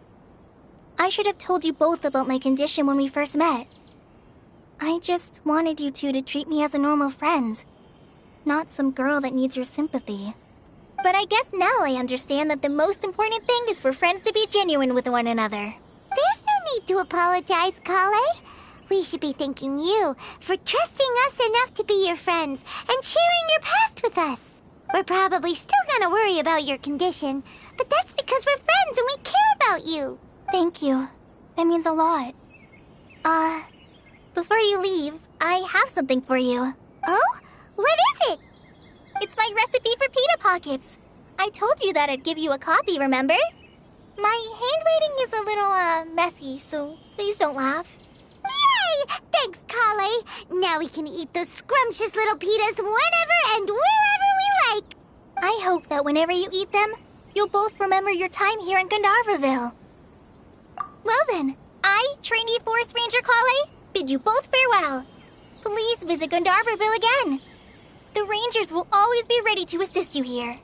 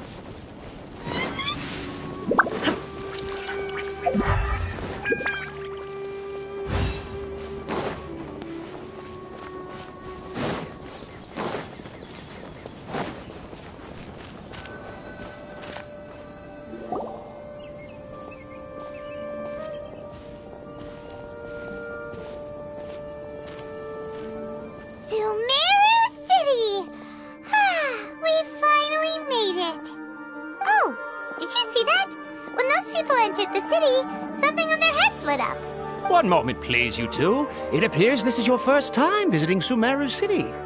Oh, yeah, that's right. But how did you know that? Because there's currently no information on either of you in the Akasha. But no need to worry, that won't prevent you from entering the city. In fact, the Academia conveniently provides each traveler to Sumeru City with a device. Perhaps you too have heard of the Akasha before. It's our beloved Greater Lord Rukkhadevata's lasting legacy, a treasure trove of collected knowledge. After centuries of tireless research on the Akasha, the Academia created one of its most ingenious inventions, the Akasha Terminal. As long as you are within Sumeru's borders, you may use an Akasha terminal to connect directly to the Akasha and access any knowledge you need. I should mention that due to technical limitations, the operation of Akasha terminals will be much smoother and more effective in large cities such as Sumeru City and Port Ormos. Oh, so this is the thing that Tainari was telling us about. It sounds pretty amazing. You two are quite fortunate. Until recently, it was standard practice to only issue Akasha terminals to outlanders who spent an extended amount of time in Sumeru. However, this policy was recently changed, and now all travelers are issued one upon arrival. Here are your Akasha terminals. Please handle them with care. It kinda looks like a leaf. To activate it, simply hold it in your hand and say the following phrase to yourself. May the mighty God bless us with their voice of wisdom. Oh, since this little doodad lets you access knowledge, maybe we can use it to find a way to meet Lesser Lord Kusanali. Let's give it a try. May the mighty God bless us with their voice of wisdom.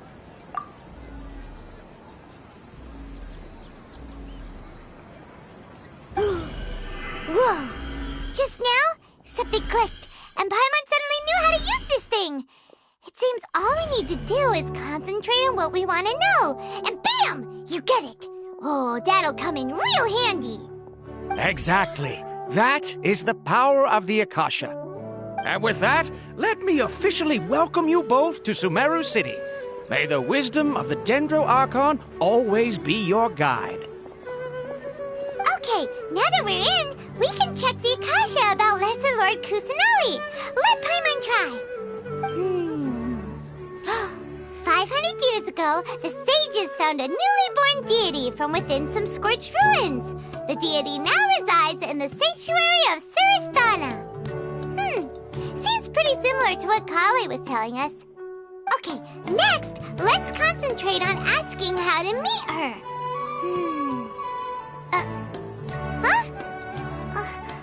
Paimon doesn't sense anything. Oh, come on! Ugh. Focusing on this question feels like when you have something you're trying to remember and it's on the tip of your tongue, but you just can't think of it. Ugh, Paimon's brain is exhausted. Oh, smart idea. But what are you going to ask it?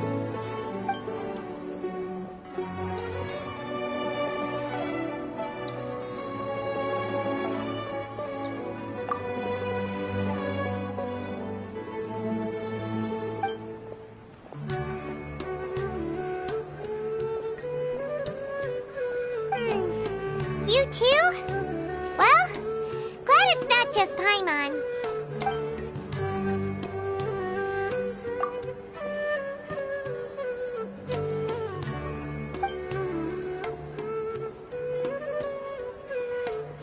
Huh. Could it be because we're Outlanders and we've only just arrived in Sumeru? You know, maybe we're not qualified to receive an answer to this sort of question or something.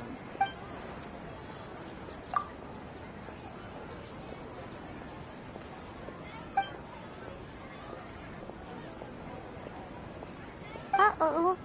Paimon's getting all teary-eyed all of a sudden. It feels like the people of Sumeru really missed their Archon. Well, seems no matter which way we try, we can't find anything that'll lead us to Lesser Lord Kusanali. Guess our only choice now is to try meeting with the researcher that Tainari recommended. He's from Sumeru and even has a position in the Academia. Maybe he'll... Let's see. Tighnari wrote an address on the letter's envelope. Oh, it's not far from the city's gate. Let's head over and have a look. Hopefully he's out. Hello, are you Rohawi? Yes, that's me. Can I help you? Great! You see, Tighnari sent us here and... What? Tighnari? Please, there's no need to say anything, really. Sure, I admit that the article I published last month wasn't my best work, and maybe the data didn't produce the most convincing results, but... Here! This is a letter from Tighnari! Oh, let me see... Oh! Ooh, what a relief. You two nearly scared the life out of me. So, you two just have some questions for me? Seems even Tighnari acknowledges my innate ability for procuring information. So, what is it you two would like to know? We want to meet with Lesser Lord Kusanali. Do you know a way we can do that? You mean you want to meet the Dendro Archon herself? This isn't exactly my area of expertise, but let me see what I can find in the Akasha.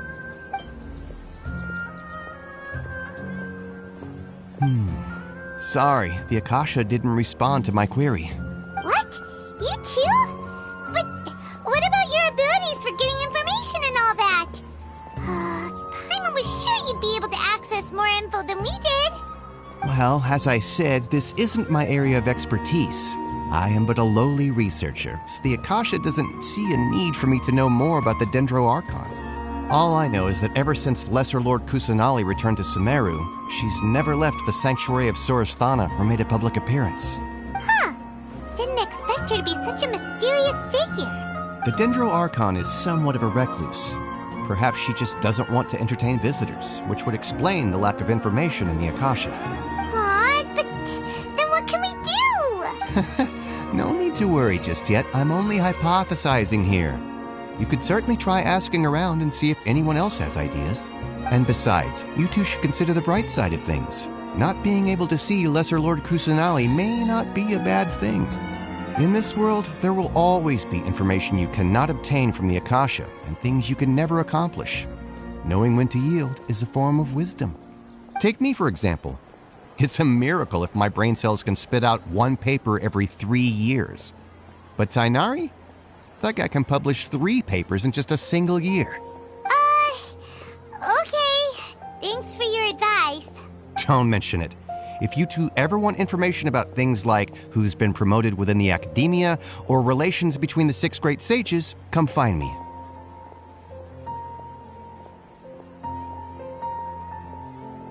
Hey, come on. This is a survival skill at the academia. Expectations were pretty low, but this is so low, it's like digging holes in the dirt. So what do we do now? Even if we want to talk to someone, we don't know anybody here. Huh? Like who? Oh, you're right!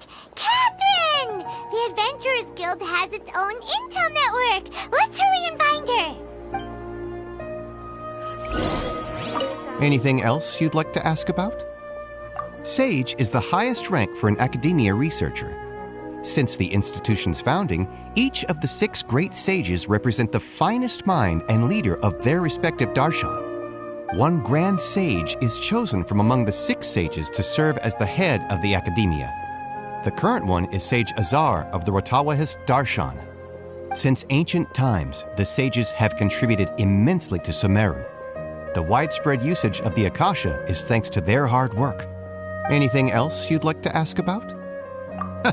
I just knew you'd be curious about that. Although the 6 darshans conduct research in different disciplines, their sages frequently interact with one another when managing academia affairs. In the Immorta, our leader is Sage Nafis. His temper is legendary. We researchers are terrified of him, and even the Grand Sage gives him some leeway. He hasn't shown his face lately, though. Rumor has it that he's currently involved with some major project. Thankfully, he's been so busy that I was able to publish a paper. Anything else you'd like to ask about? See ya. Take a page out of my book and learn to look on the bright side of things. And it all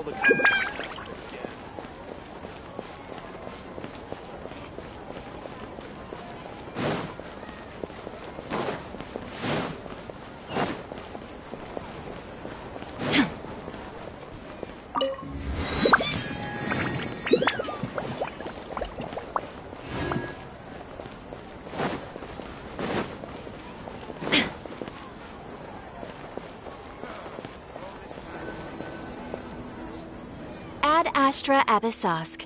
Hello, Traveler and Paimon. Catherine, we need your help with something. Understood. The Adventurers Guild is always ready to serve you. With what do you require assistance? We want to meet with Lesser Lord Kusanali. Do you know a way we can do that?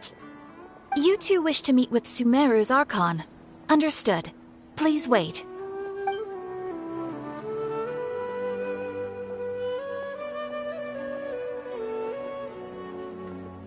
I apologize, but I am unable to call up any relevant information in the Akasha. I'm also unable to locate any pertinent information in my personal memory. Aww, another dead end. Well, if Catherine can't help us, then we really don't know anyone else to ask now. Please do not worry. I may know of someone who can help you two. In Sumeru, the Adventurers Guild does not serve as the vanguard of information.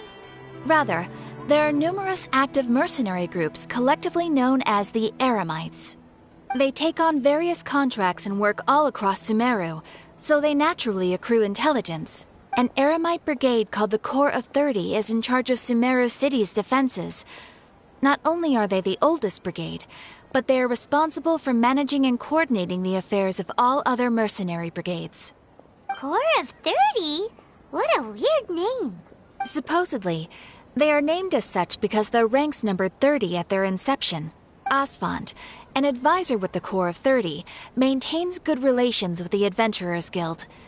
Though he's already retired, he and his words carry great weight within mercenary circles. If you'd like to get in contact with him, you can find him at the Corps of 30's headquarters, the Citadel of Rexar. You're welcome. I wish you two the best of luck. We look forward to your exploits in Sumeru. All right, off to the Citadel of Rexar we go!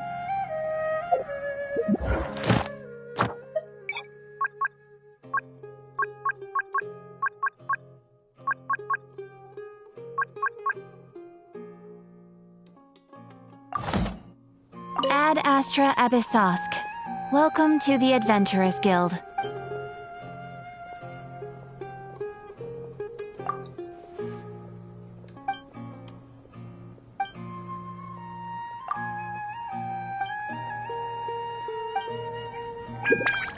Ad Astra...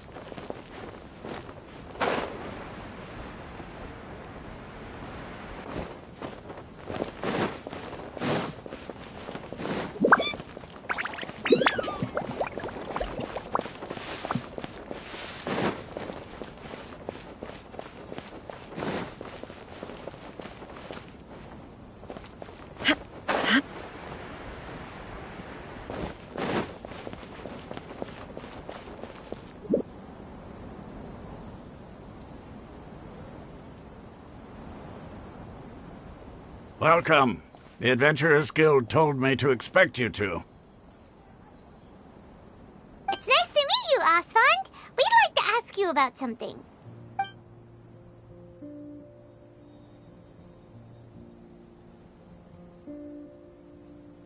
I see. So, Catherine's the one who sent you this way.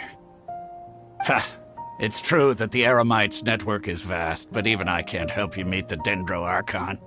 Wait, seriously? That's it? Afraid so. The Eremites aren't terribly religious, so we don't know much about divinities. As far as the Akasha goes, we can access even less than you. We originally came from the desert. The gods there died off long ago.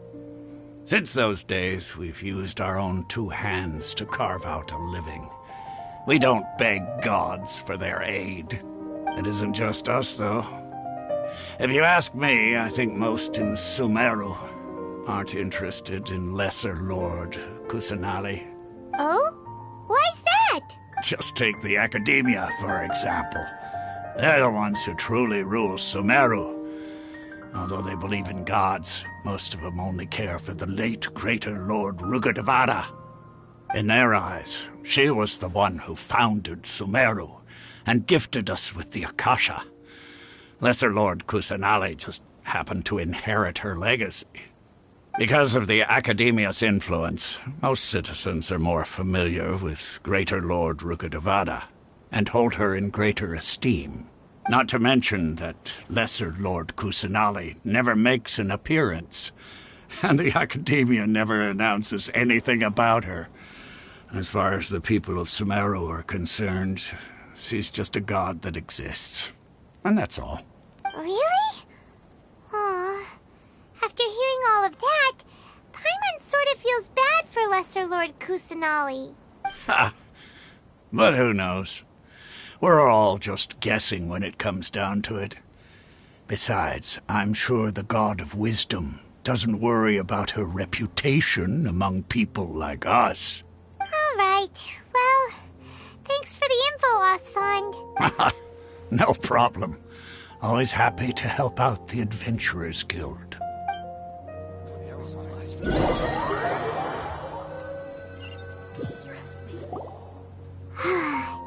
Seems Osfond was right about most people's attitudes here. Not only are they not interested in the Dendro Archon, they even say stuff like, if the Akasha doesn't think I should know, then I don't need to know about it. We've been asking for information non-stop ever since we got to Sumeru. But the harder we try, the more helpless everything seems. Isn't there at least one person in this entire city who cares about Lesser Lord Kusanali? Oh, you two are interested in Lesser Lord Kusanali? Huh? Who are you? From the sound of it, you two are Outlanders who recently arrived here. You've been asking around for information on Lesser Lord Kusanali, right? Oh, I'm sorry. I forgot to introduce myself. I'm Dunyarzad, one of Lesser Lord Kusanali's faithful followers. Whoa, really? Then do you know how we can meet with her? I'm afraid I can't help you with that. But your conversation earlier did happen to remind me of a legend about the Dendro Archon. Sure. It goes like this. Long, long ago, there was a man who heard a prophecy. It predicted that a great calamity was about to befall him. Panicked by what he heard, the man sought out the Dendro Archon in hopes that she would bless him with the wisdom to help him escape his predicament. The man journeyed across deserts and through rainforests and experienced tribulations of every kind. However, he still couldn't find any trace of the Dendro Archon. In despair, he thought, alas, the Archon has abandoned me. He then had no choice but to sorrowfully resign to his fate. Okay, and then what happened? And then, the calamity came. But to his own surprise, the man felt somehow emboldened by the trials of his journey. By relying on his own strength, he managed to overcome the adversity. At that moment, a bird perched upon his shoulder. This bird was, in fact, an avatar of the Dendro Archon. She said, "O Archon Seeker, do you now understand? She and her wisdom have long been found by you. Along your journey, we were in every flower and blade of grass, every ray of sparkling sun, and every breath of dancing wind.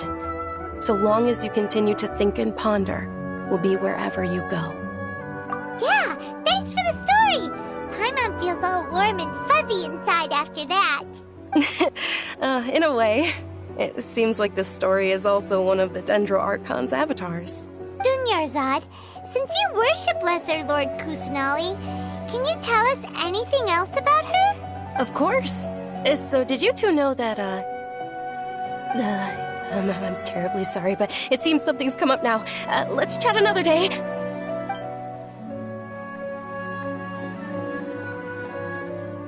Hey, wait! What the heck just happened? It looks like they're searching for something. someone. Dunyarzad was acting super nervous just now. You think they're looking for her? Ugh, this stinks! We finally managed to find a lead about Lesser Lord Kusanali! We can't let them get in the way now! Let's see if we can get rid of them. Then we can catch up with Dunyarzad! Hey, have you two seen a brown-haired girl wearing a purple top and a long blue dress? We're looking for her.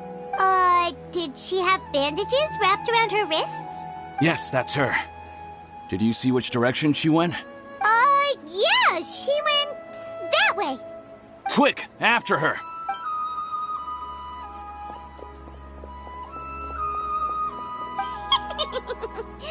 That should keep him busy for a while. Let's hurry and find Dunyarzad.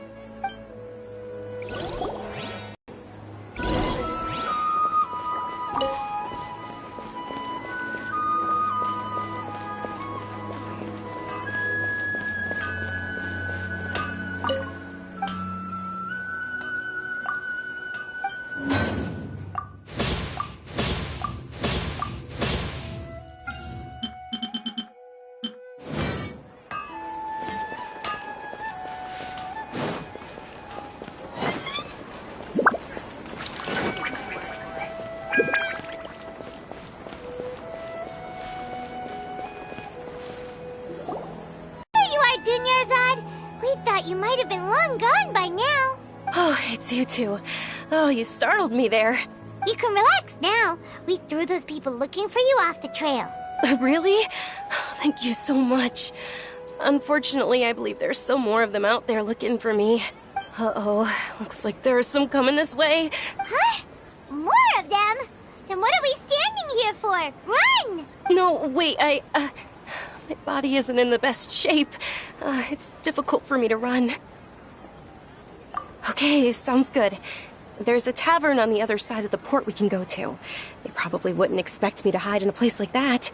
All right, let's move out. Stay behind us. We'll keep an eye out for anyone looking for you.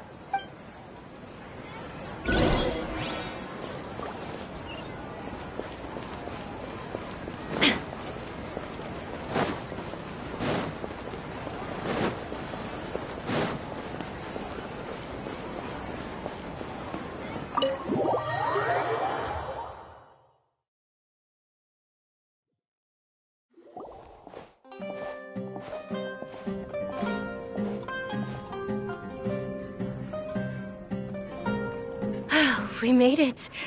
Oh, they shouldn't be able to find us now. Wait! Stand down, Dia!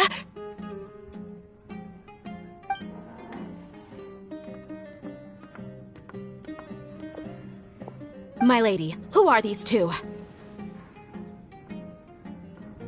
They're travelers that I met on the street just a moment ago. They happened to notice that you were all searching for me, so they helped me hide. I see. In that case, you two should scram. There's nothing here for you. Wait a sec! Who the heck are you? And why are you shooing us away? I'm Miss Dunyarzad's bodyguard, here to see that she returns home safe and sound. My lady, let's get going. You've been gone for so long that your parents are worrying themselves sick.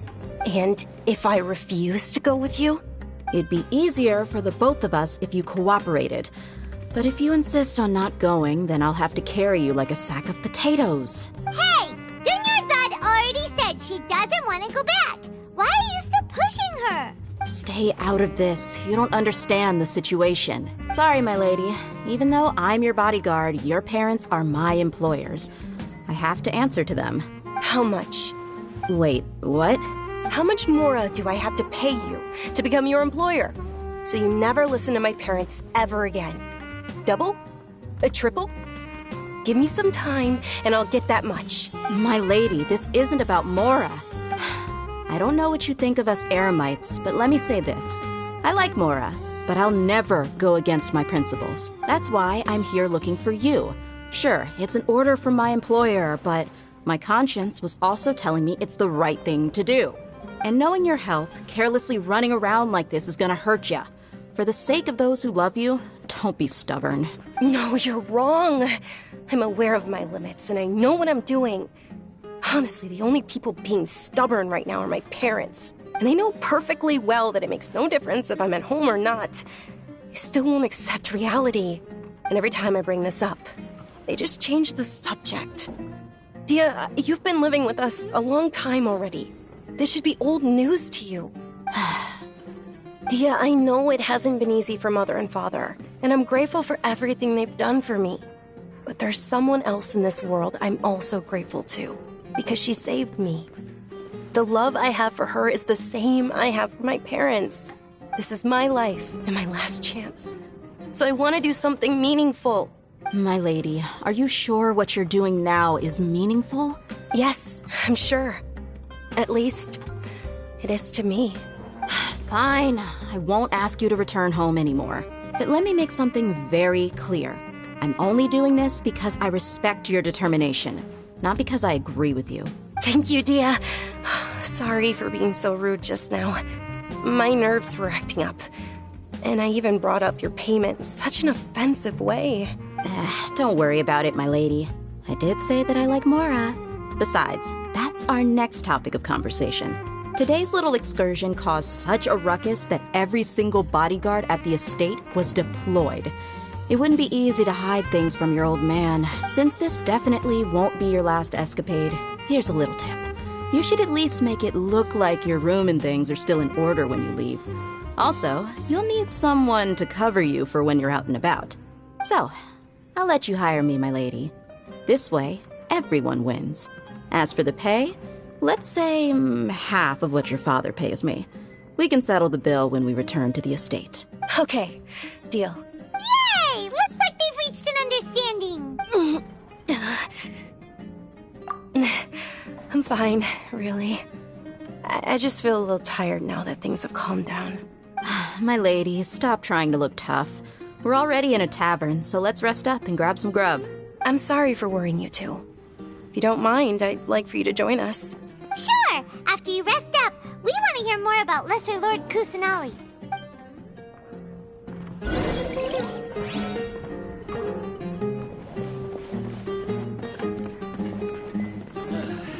You just can't beat the atmosphere here. Ha! Well, if it isn't Dia. Haven't seen you in nearly half a year. Word on the street is that you're a bodyguard for the Homayani family now. Ha! Don't you find that kind of work boring? Nah, you get used to it. How about a menu over here? You got it. Huh? Isn't this little Miss Homayani herself? We don't get to serve personages like you very often. We'll be sure to prepare our very best. Thank you, sir, but there's no need.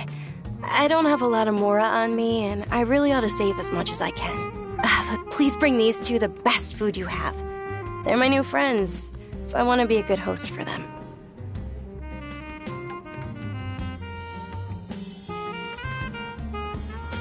Yeah, we're already super grateful for everything you told us about Lesser Lord Kusanali.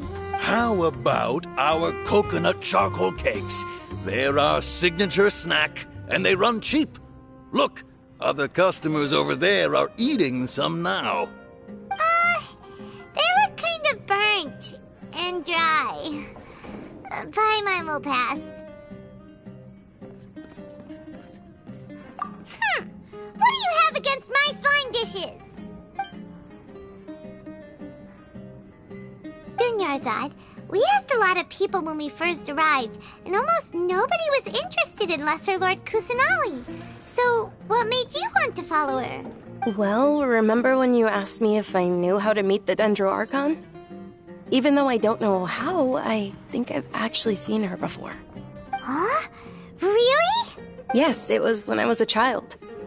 At the time, my illness had kept me bedridden for the better part of a year. I was stuck inside and couldn't make any friends, and my parents did their best to find treatments for me. But even then, the Akasha didn't have any helpful information. My younger self no longer had any hopes or dreams. One flare-up was so bad that I was in a semi-conscious state for several days. Then one night, I woke up alone in my room.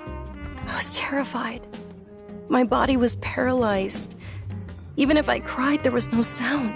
At that moment, an ethereal voice spoke in my mind. Dunyarzad, don't be scared. You don't have to cry. Dunyarzad, don't be scared. You don't have to cry. Who are you? How do you know my name? How do I explain this? You might not be able to understand, but actually, I know everything about you. Really? Of course.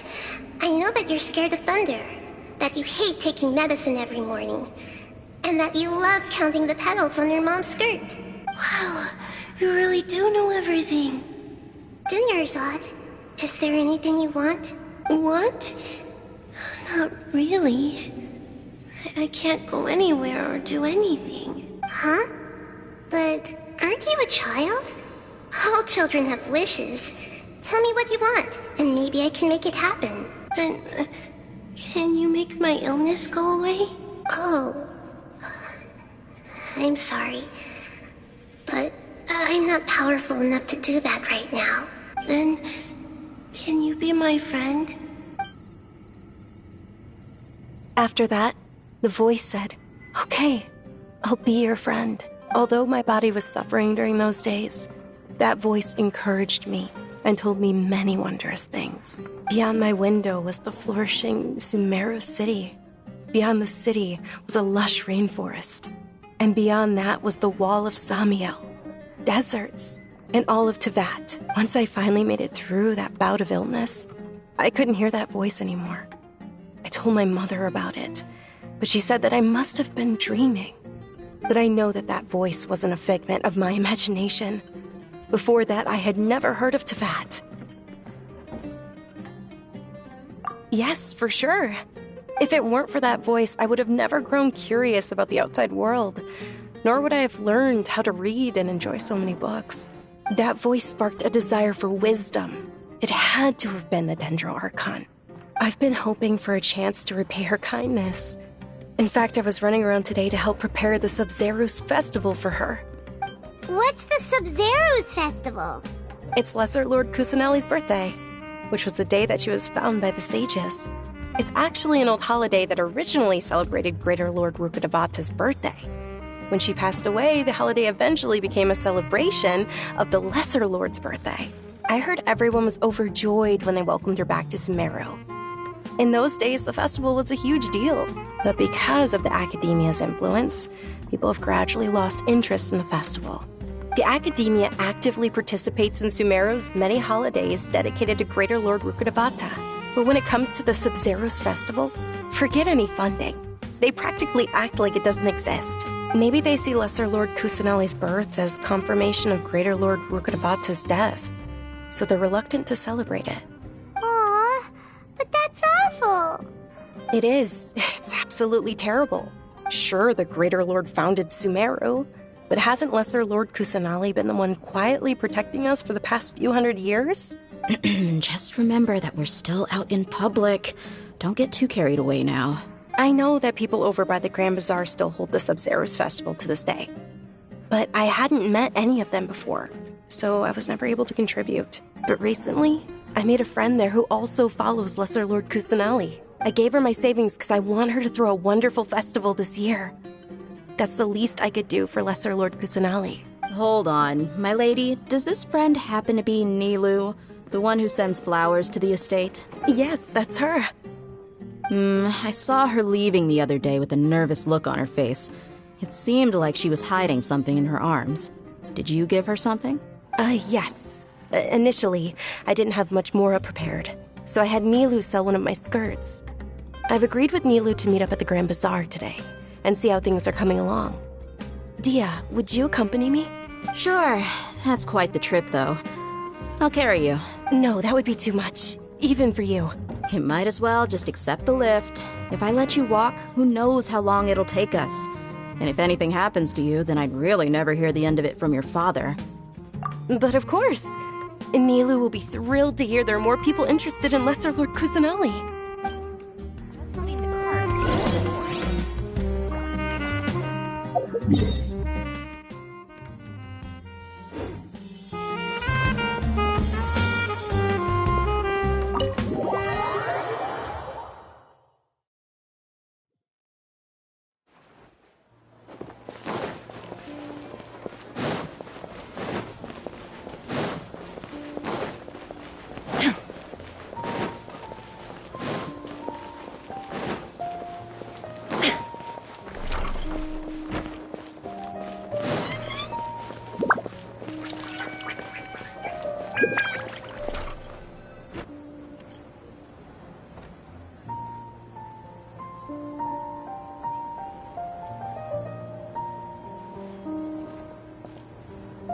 sorry I'm late, Nilu. Oh, Dunyarzad.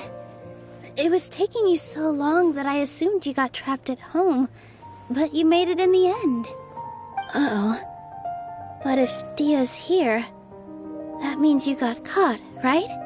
You could say that, but everything worked out. She's on our side now. Not completely. Oh, and who are these two? Oh, meet the Traveler and Paimon, my two newest friends. They're visitors who just arrived at Sumeru City and are looking for information on Lesser Lord Kusanali. So you're followers from another land? That's wonderful. You two absolutely mustn't miss the Sabzeruz festival. By the way, Dunyarzad, we've already started decorating the Grand Bazaar. It looks spectacular, thanks to your generous contribution. You're very welcome. It's the only thing I could do. Do you still have enough Mora? Probably? But don't sweat it. We've already finished renovating the stage. Come on, I'll show you. Every item I sell here comes with its own Wow! This place is amazing! Not bad. Last time I was here, the stairs were full of holes. The stairs were nothing. A little while ago, we discovered that the tree above the stage had a huge chunk of bark ready to fall off. Mr. Zubair was worried sick. We reported it to the academia many times, but they never sent anyone to deal with it. We didn't want anything bad happening, so we were going to cancel all the stage performances. Oh, probably because it was the theater asking. The academia looks down on performers like us. They probably think it would be best if the theater closed down completely. We can't let that happen, though. Not only would everyone involved in the theater go hungry, but then we wouldn't be able to hold the Sabzeruz festival anymore. Thank the Dendro Archon for Dunyarzad. But the more she gave us, we hired someone to patch up the tree, and we also gave the stage a much-needed makeover. The stage is going to be even prettier when it's festival time. I can't wait for you to see it. And I can't wait to see you on the stage. You've been practicing so long already. It's almost time for your dream to become reality. It's our dream. I'll do my best for the two of us. Nilu, what are you gonna be doing at the festival? She'll be dancing the dance of Sabzeruz, the most important performance at the Sabzeruz festival. Dunyarzad, have you told him the origin of this holiday?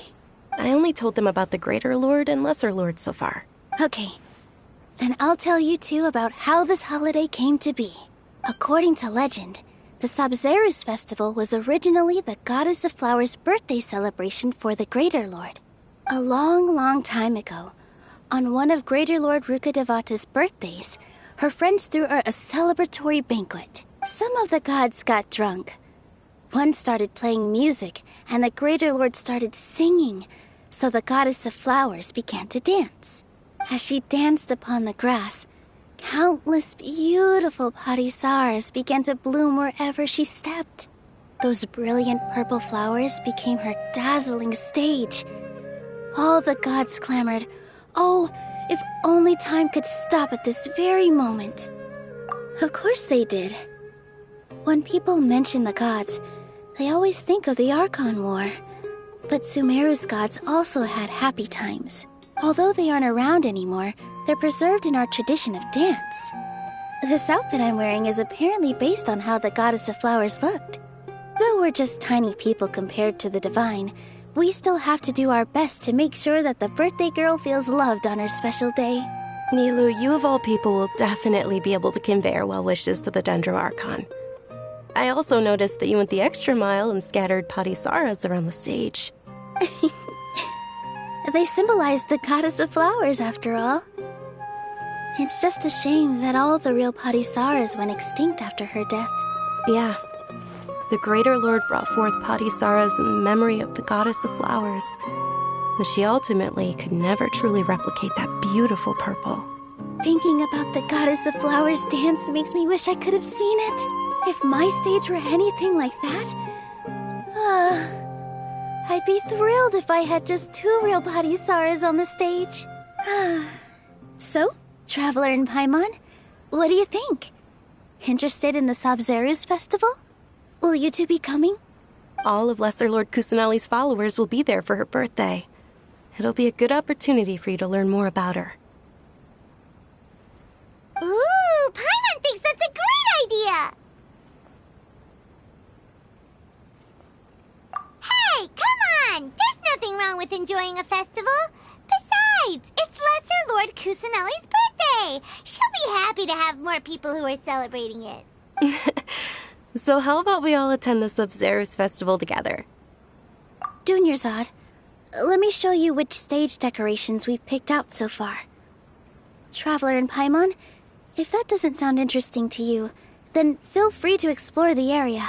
Everyone at the Grand Bazaar loves Lesser Lord Kusanali, and we're all looking forward to the Sabzeruz festival. In that case, we'll take a look around.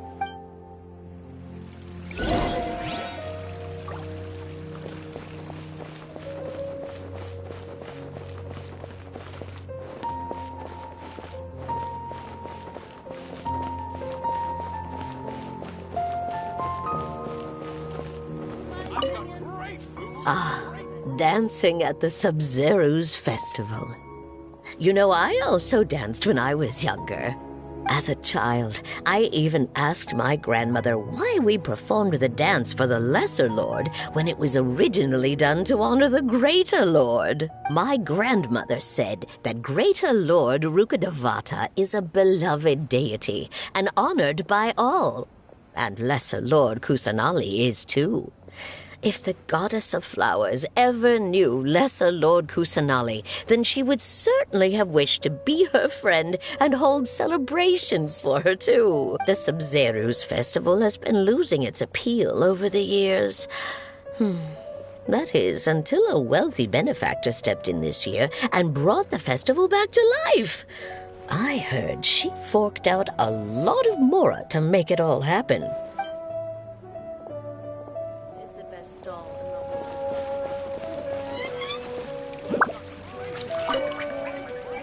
Whoa! What's with your yellow hair? And why do your clothes look so funny? Are you an outlander? Did you know that the Sabzeruz festival is about to happen? There'll be loads of fun things to do at the festival. But the best part is when Ferris, the Knight of Flowers, passes out candy to everyone.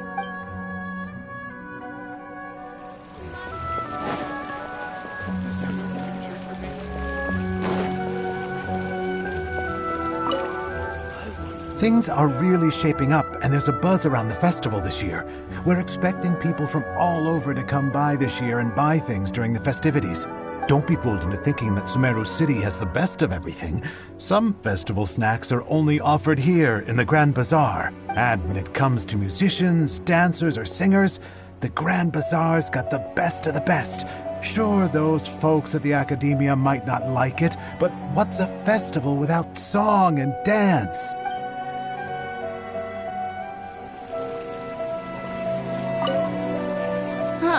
Revamping the stage for the festival couldn't have been easy, that's for sure. I bet this year's festival will be one to remember. I don't know much about the Grand Bazaar, but I do know that the residents here have a penchant for song and dance. Two things that the Academia doesn't particularly approve of.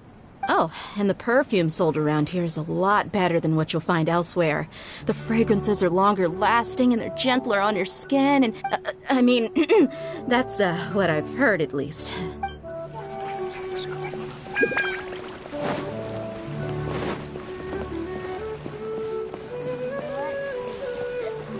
Milu, your outfit looks amazing. There's also something different about you from when we first met up. I thought I'd add a little extra pizzazz to my dress for the festival. See? Wow, did you sew all that yourself? Uh-huh. Sewing is a fundamental skill for everyone in the theater company because we make all our own costumes. Did you know that Mr. Zubair not only can make costumes, but props too? I've noticed that you can't keep your eyes off that crown over there. Would you like to try it on? May I? Of course. The legends say that the Goddess of Flowers had beautiful horns on her head, so this crown was made to reflect that. Dunyarzad! You look absolutely stunning with it on. It's like I'm looking at the goddess of flowers herself.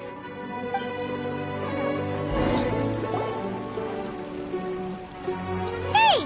Is that who Paimon thinks it is? It looks like Catherine.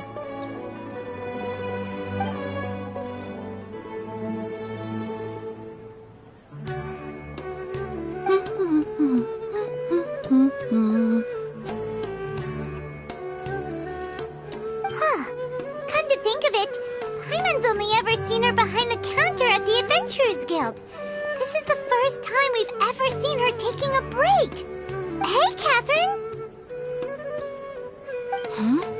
Oh, hey! It's the Traveler and Paimon! What's shaken? Whoa. Break time Catherine sure sounds a lot less formal than usual. Paimon was still waiting for her to say Ad Astra Abyssosk. Sure. Standing behind the counter at the Adventurers Guild doesn't require any complicated functions. But saying and doing the same old things over and over again can get pretty monotonous. Like watching the same Fontaine movie day after day. But take you two, for example. You travel across Tevat to enrich your lives and gain new experiences. Well, we enjoy traveling across Tevat and all that, but we're mainly looking for clues about her brother. Yes, you should keep searching. Sometimes the answers we're looking for aren't necessarily at our intended destination. Instead, they're found along the way. Huh. Haven't we heard someone say something pretty similar recently? Anyways, what brings you out here, Catherine? No, not particularly. I guess you could say that I'm loving the recent atmosphere here. If festivals bring happiness to everyone, then that's where their true value lies. Oh, it looks like it's about time for me to be heading back now. Alright, we'll see you next time at the Adventurers Guild. Oh, by the way, thanks for connecting us with the Eremites. We've already made some great friends in Sumeru City thanks to you. I'm sure you two will get along well with the people here. You've already been blessed by the element of Dendro after all. See you around.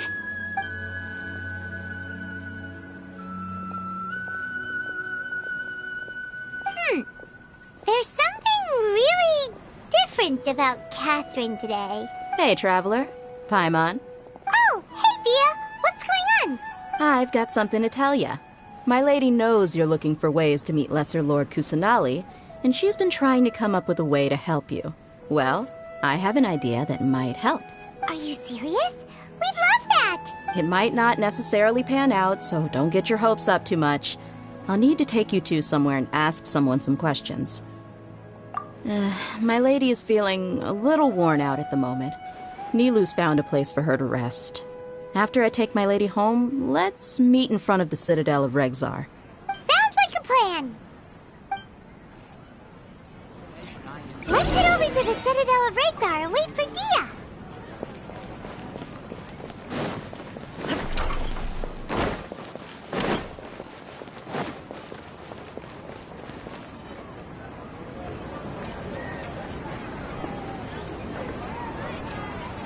Sorry, I'm late. It took some convincing for the master and mistress to believe that Miss Dunyarzad was only sitting in the port for a while because she was in a bad mood. Anyway, I guess I should be thanking you. I haven't seen Miss Dunyarzad that happy in a long time. If it wasn't for you two, she probably would have been caught and dragged back much earlier. You sure sound a whole lot nicer than when we first met, Dia. Who would have thought you had such a soft spot for Dunyarzad? It's called being a professional. I'm a bodyguard, and I work for whoever's paying. Look, Dia's blushing. Listen, you two.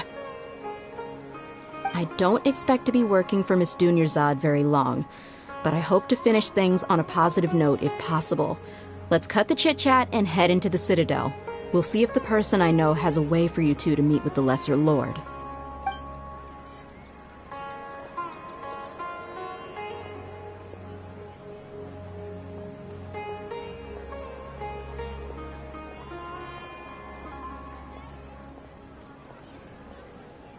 Oh, hey, Chief. Ha, Dia! What are you doing here? And well, didn't expect to see you three together. I take it you all know each other already? Mm-hmm. We met this morning after the Adventurers Guild pointed us to Ozfond for more info. No kidding. So, where's Ruksha? I thought I'd help these two out by asking about the theft.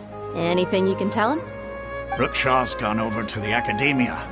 The Grand Sage recently ordered Sumeru City to begin bolstering its defenses, so people from all over have been called back to the city. Since you've already mentioned the theft, I suppose I might as well tell them what we know. Appreciate it, Chief. Theft? Sorry, what the heck are you guys talking about? Just recently, the Academia lost something, and there's a chance the item is connected with the Dendro Archon. This case might just somehow help you in meeting her. I suppose that's one way to look at it.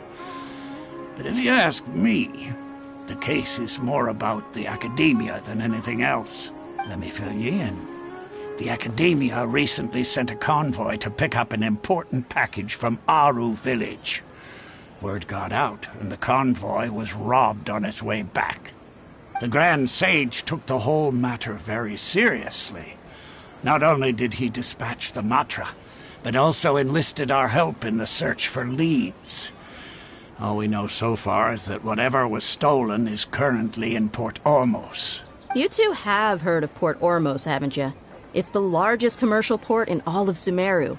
You can travel there by leaving Sumeru City and heading south along the river. The Academia's grip isn't long enough to reach all the way to Port Ormos, so the city's a little more laid back, meaning the population's also a mixed bag. You never know who you'll meet there. Apparently what was lost has a great deal to do with the Akasha, knowledge, and even the gods. I'm afraid I don't have any other details for you, though. If you're interested, maybe you could head to Port Ormos and ask around yourselves. If you want my advice, try introducing yourselves as students of the Academia once you're there. Are you serious, Chief? All the Academia students are in Sumeru City, you know. Why should they pretend to be students in Port Ormos? If you're also interested, just go there and see what happens. Count me out. I've got plenty of work to do here for the Homayani family. And take it from me, if you two really do decide to visit Port Ormos, you best watch your backs. Let's just say that the Eremites there aren't nearly as friendly as those here in Sumeru City. There are even some extremists who go around shouting slogans like, "Retake Sumeru for the Scarlet King." Word is that more and more are joining their movement. They're becoming a real headache for Chief and the others. You bet they are. The Scarlet King's been dead for thousands of years. Now they start spreading rumors of his return. Ridiculous. Not everyone's like you, Chief. Even the desert natives who abandoned their homes in the wilderness still wish to have a god of their own. Well, Traveler, that's about all the information we have for you. Thanks, Dia! And you too, Ozfond! Since we've gathered all we could for the moment in Sumeru City, let's head to Port Ormos and see what we can find next. Miss Dunyarzad is looking forward to seeing you both at the Sub-Zerus Festival, so be sure to get yourselves back here in time for that. Good. Then we'll see you both at the Sub-Zerus Festival.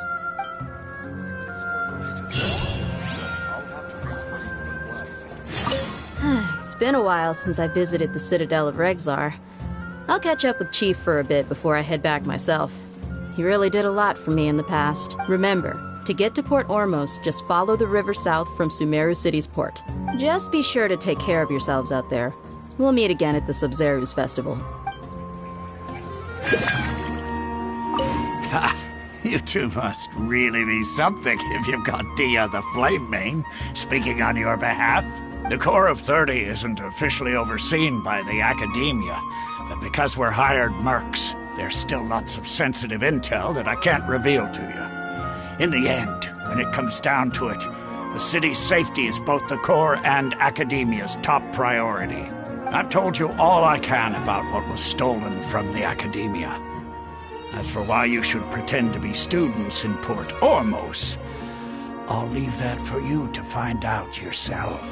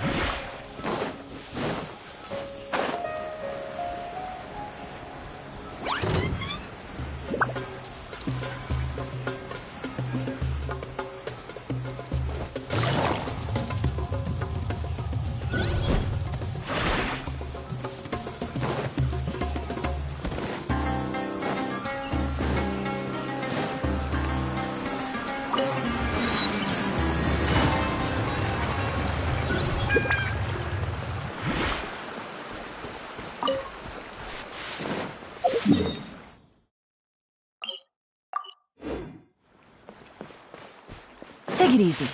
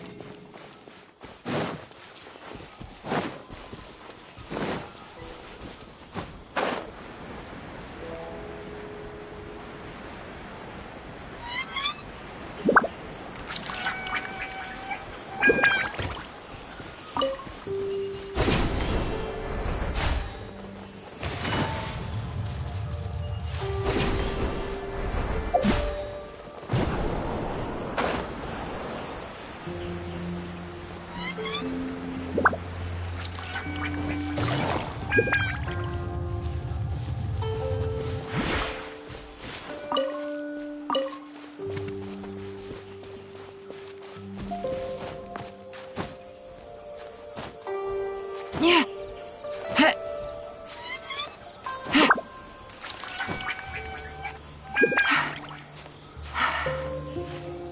Yeah.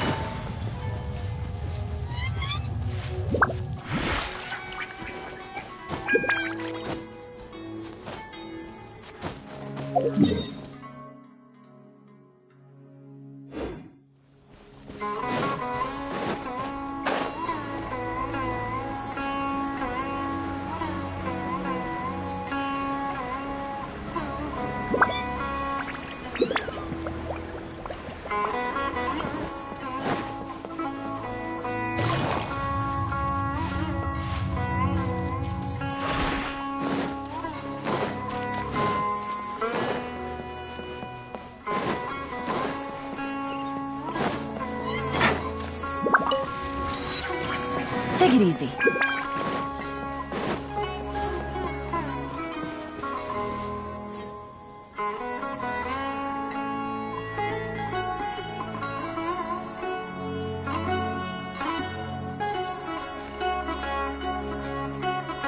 Come and have a good look yourself. Traditional spices of the highest quality, made with pride and experience. You've got a deal. I can't thank you enough for always looking after my business.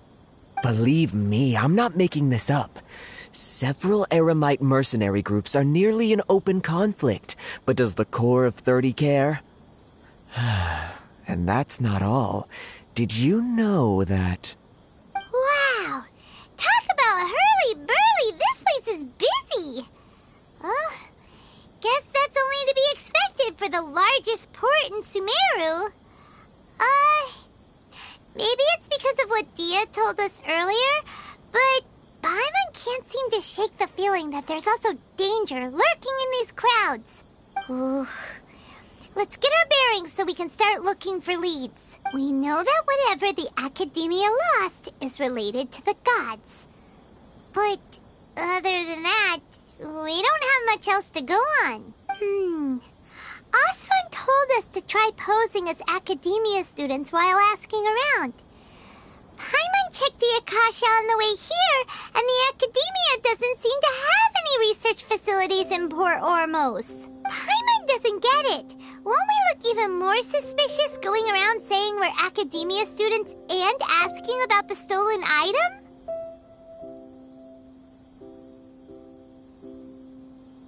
Well, given all the people that come through here every day, if there's any information to be found, Paimon bets we could find it in the market. Let's ask around and see what we come up with.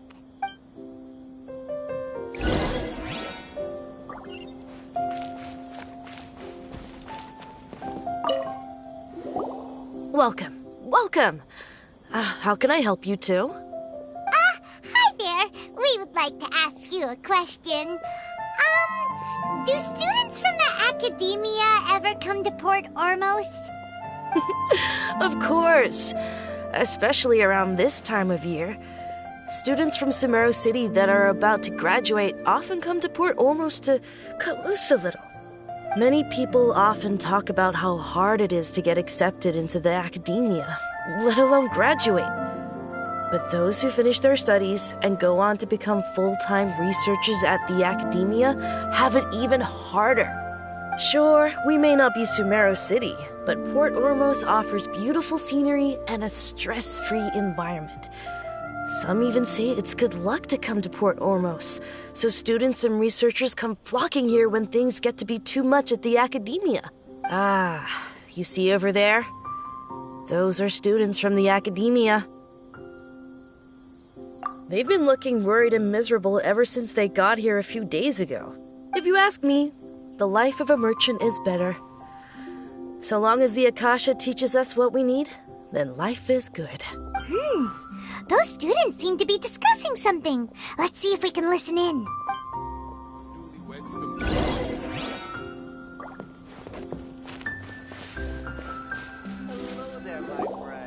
It's no good. I've tried asking around, but I haven't been able to learn anything useful. Not to mention that a bunch of scary-looking Eremite mercenaries have been posted along the streets now. There's been a lot of fighting between the different Eremite factions in Port Ormos. If we choose to move on our own, then it would be wise to steer clear of them. Especially the group that's constantly shouting some stuff about the Scarlet King and some resurrection. I've even heard that the Citadel of Regzar is starting to get fed up with them. What was that group called again? Ein something or other?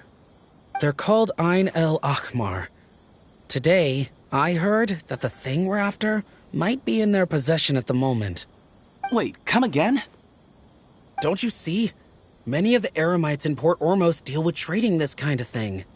They're usually pretty wary of outsiders, but not so with students of the academia. It's because the kind of goods that students are looking for aren't the kind of goods that Eremites are after. As long as they know you're a student, then deals can be made. I've heard that Ein El Hakmar likes to set up shop at the Jafar Tavern. Supposedly, if you're willing to part with 500,000 Mora, they'll give you info on anything. Wait, did you say 500,000? If information alone costs that much, then how could we ever afford to buy what we're looking for? I guess we might as well give up on trying to graduate this way. I wouldn't worry too much. Our field of research is very niche. Who else could possibly be after that kind of shady knowledge? I bet it's practically worthless to anyone aside from us. Well, I guess that makes sense. Then the only thing left for us now is to find a way in. Why don't we all just pool our money together and pay for the information? Whoa! Did you hear that? A niche field of research and shady knowledge? It all sounds pretty suspicious to Paimon. Is knowledge something people just buy and sell like that? So, what's our plan? Wait, didn't you hear what they just said? Buying information is going to cost us 500,000 Mora! Have you lost your mind? Oh, all right. Paimon never thought she'd agree to parting with that kind of Mora. But if you know what you're doing, then we should give it a shot.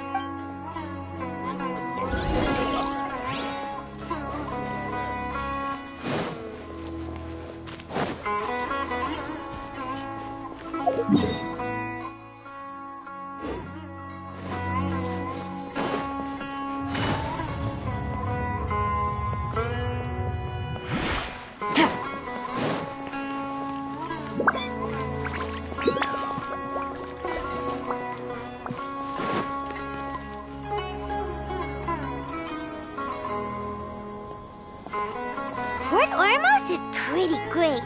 There's so many new and interesting things, not to mention all the tasty food.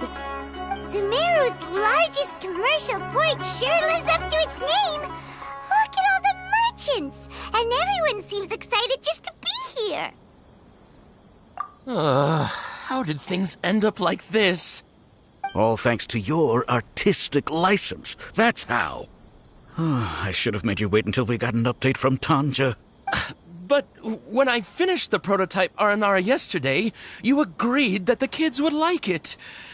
That's why we tried bringing it out for a test run today. Well, I never thought they'd dislike it so much. Oh, what should we do? Whoa. Yeah. Compared to everyone else, they seem really down in the dumps. Let's go find out what's going on.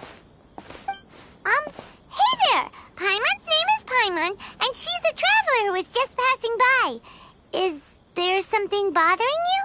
Oh, I noticed you two a moment ago. Welcome to Akara Crafts, the best toy store in Port Ormos. At least for now. What's bothering us is this prototype Aranara. To start with, could I get your opinion on it? Prototype Aranara? You mean this wood carving here? It looks like a mushroom monster to Paimon. Oh, no. The prototype Aranara is something that brings joy and laughter to children. At least in theory. Not the first negative feedback we've had. So, what exactly is a prototype Aranara? So for context, Aranara are magical creatures in Sumeru fairy tales that live in the forest. For the store's 20th anniversary, we plan to release a series of hand-carved toys based on the Aranara stories that kids know and love. This is a prototype we made to get an idea of how they would react. But when we put it out there, the reaction was not quite what we'd anticipated. They thought it looked like a mushroom too, huh? No, worse than that, actually. I can't quite describe it, though. And I'm also not very good with kids. Maybe you could ask them for yourselves.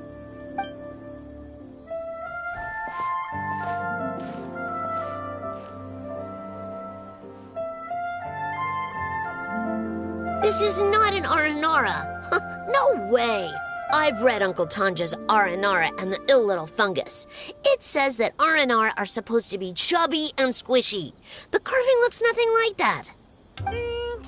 Toys do look better when they're round and chubby. Uncle Tonder said in Aranara's vow that you can deceive the eyes, but you can't deceive the heart. This carving makes me feel lost and confused inside. I don't think the creator put his heart into it at all. It's nothing like an Aranara. Ooh, didn't put his heart into it, huh? Oh, sounds like one of those things that's easier said than understood. Kassid and Alia didn't like this carving, but I think it's okay. It doesn't look too happy, so it's kind of pitiful in a cute way. Oh, a positive review! Yeah, so I would totally ask my dad to get it for me, if it wasn't meant to be an Aranara. Oh, well, that took a sudden turn for the worse. We asked the children for their opinions.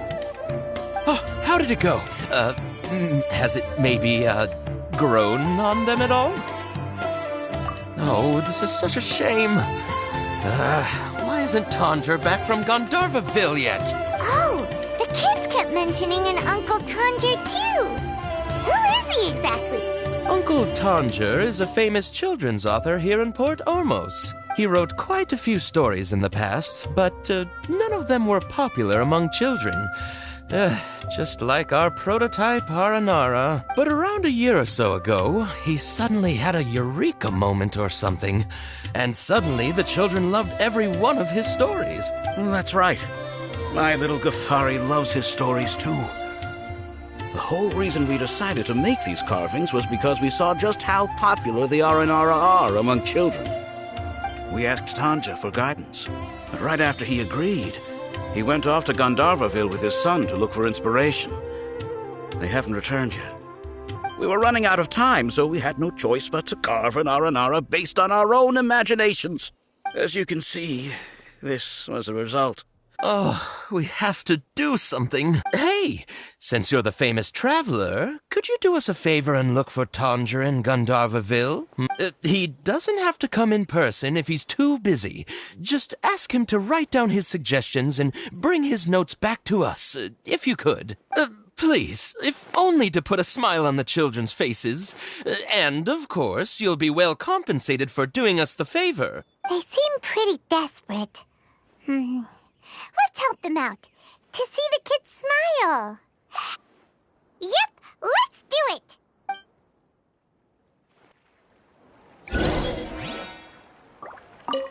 Tanjo takes his son with him everywhere he goes.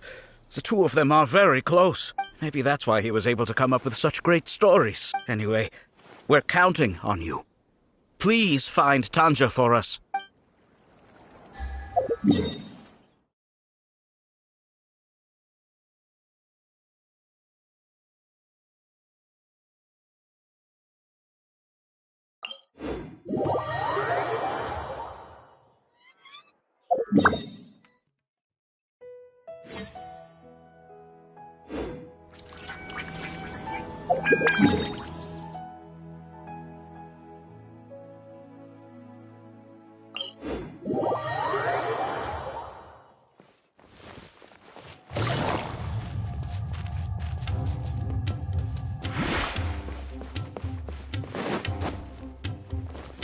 Take it easy.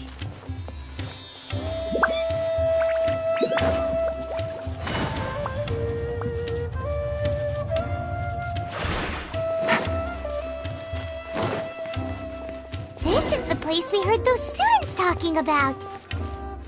Let's...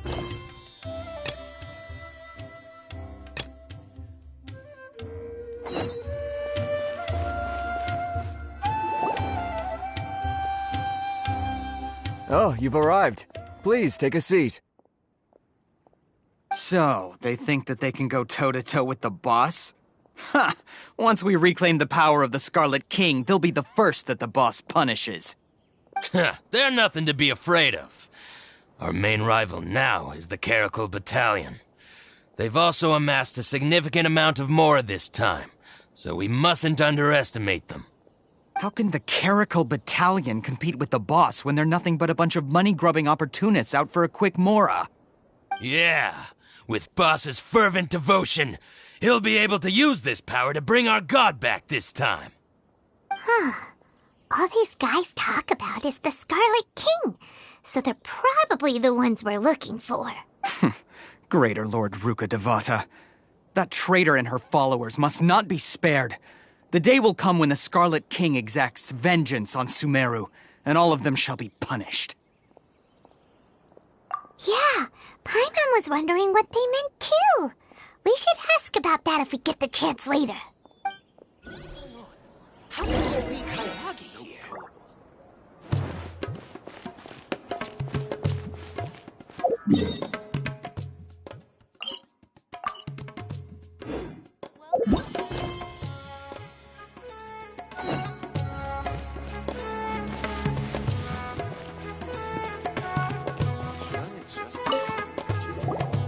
Huh?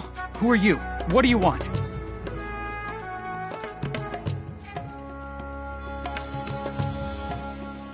A traveler? Now's probably not the time to talk about that. Didn't the students say Eremites are wary of outsiders? A student? Huh. What's a student from Sumeru City doing in Port Ormos?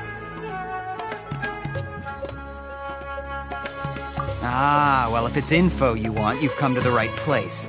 The question is, can you afford it? Huh? What is this, some kind of joke? Oh! Sorry! She must have grabbed the wrong amount! Hey, what do you think you're doing? Oh, Paimon can't stand to see so much more go! Here, this is the merchant's address. Whatever you're looking for, you'll find it there. Well, what are you waiting for?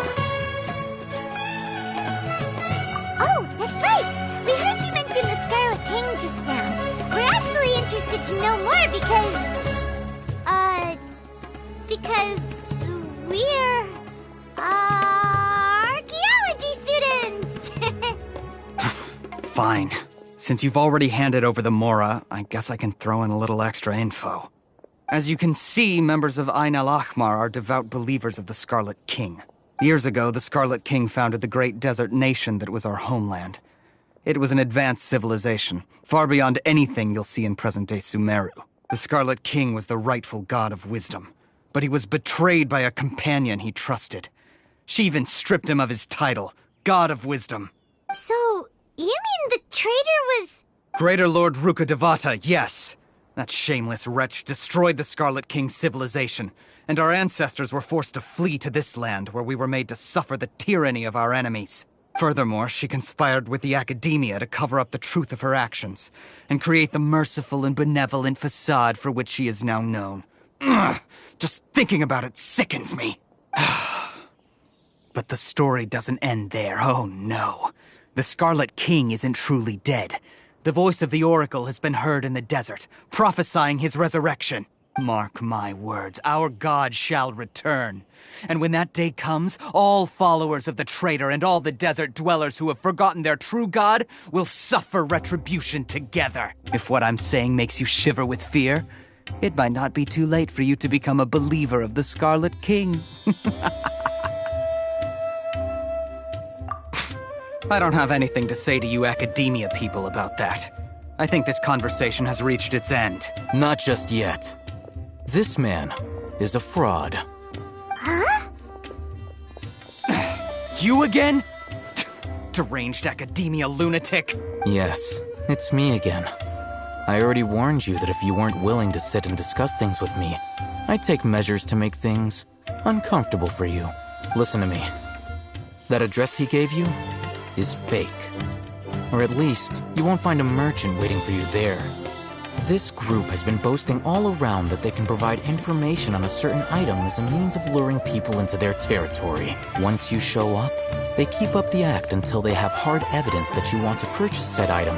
Then they use that to squeeze you for all the more you're worth. Hey! Shut it all, Hatham! What are you playing at, trying to ruin our business like this, I told you the other day. I wish to discuss my terms with your boss. Ha! The boss made it perfectly clear that he won't negotiate with you. Yes, and in no uncertain terms. But that was then. It does not preclude him from changing his mind in the future. I'm warning you. Don't push us, or this could get ugly. We don't usually get rough with people from the academia because it just complicates things. For a lunatic like you, though, we might just have to make an exception. If you're suggesting that we escalate this from a verbal exchange to a physical one, I accept.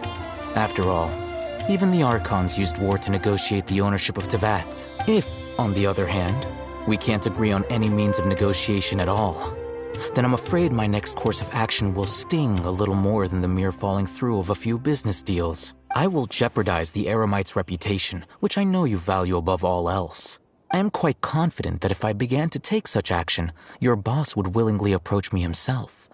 However, I fear that by then, some things will have happened that cannot be undone. Also, a word of advice. I suggest you tell your boss exactly what happened here today. Otherwise, he might blame you for not telling him in the future. What did you say? Consider this. Have I ever failed to follow through on my word in the past? This guy is really out of his mind. Okay, then. If you really have a death wish, let's meet a week from today. The pier in front of the Pharos Lighthouse, 4 o'clock in the afternoon, sharp. Don't expect us to hold back. Not so fast. First, you return the 500,000 mora to them.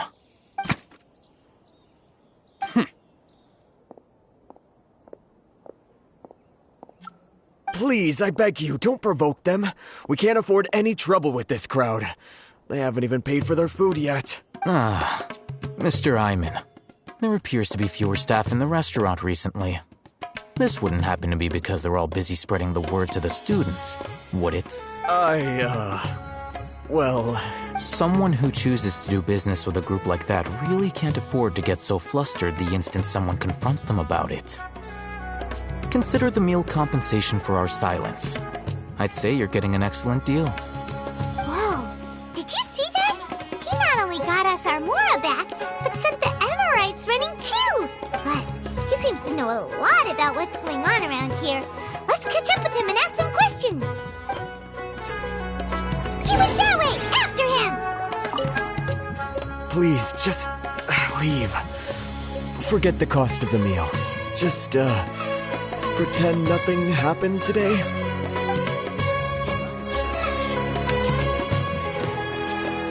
Take it easy. Wait up! It's Al-Hatham, right? What do you want? No need for thanks. My goal was to get to them, and you two gave me just the opportunity I needed. We're even. Oh, I advise you to keep your distance from them. Since they weren't able to make off with your Mora in the end, they might harass you again in the future. All right. Goodbye.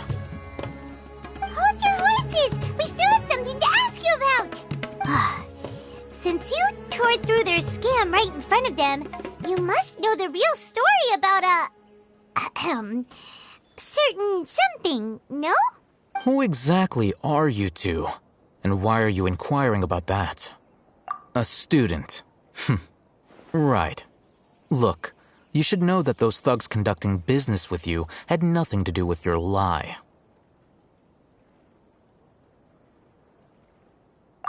Huh? Oh, yeah! She's really strong! Weren't you saying something about a physical exchange? We can help with that. She doesn't even have a vision. Forget it. Maybe not, but she can still use elemental energy. Otherwise, there's no way we'd go asking for info from from guys like that. Those high-headed thugs are definitely gonna bring a lot of backup for your next meeting. Even if you don't go alone, you won't regret taking us with you. All right, I accept. Got a pen and paper? If you're searching for someone who sells that kind of merchandise, I'll give you one of their addresses, and you can try your luck. We'll reconvene at the appointed time by the pier. It doesn't matter if you show up or not. So, since you were happy to give us this merchant's information, does that mean you can tell us exactly what we're after? You were willing to part with 500,000 mora for something and you didn't even know what it was? Okay. Well, if you truly are as skilled as you claim, then you can beat the answer out of them when they become hostile. Look, if you've been making inquiries, then you have to know something by now. Tell me what you know so far, so I don't waste time repeating information. We know it's connected to the academia somehow, and that not only do the Eremites deal in it, but some students want to get a hold of it too. What else? You know almost everything there is to know, but you're unable to compile this information because you've never seen the object before. This is what you've been looking for. Paimon can't tell what it is. It looks like some kind of ornament. This is a knowledge capsule. To put it simply, it's a vessel that can store a fixed quantity of canned knowledge. It's like a miniature Akasha. Anyone who links it to their personal Akasha terminal instantly becomes privy to its contents. Correct. Anyone. Unlike the Akasha, which heavily regulates who can access what information, knowledge capsules confer their contents without any requisites. That's amazing! It's essentially a convenient and harmless vestibule for knowledge. Unfortunately, it's illegal in Sumeru to privately possess or trade them. They were created as a means for scholars to transfer knowledge gained from Irminsul into the Akasha, and are intended to be destroyed immediately after use. But despite strict regulations, some of these knowledge capsules will always escape destruction. After all, there will always be those in this world who are dissatisfied with life as designed for them by the Akasha and wish to change their fate. Over the past century, a wide variety of canned knowledge has been leaked from the academia. Now, in Port Ormos, the valuable ones are a means to mora for the Eremites. Meanwhile, those which the Eremites deem to be useless to them occasionally prove useful to the common citizens and hapless academia students. Well, I think that about sums it up. Oh, so that's your true objective. With our current arrangement, I don't believe I can offer an answer. You're still resolved. Fine. Let's talk somewhere with fewer people.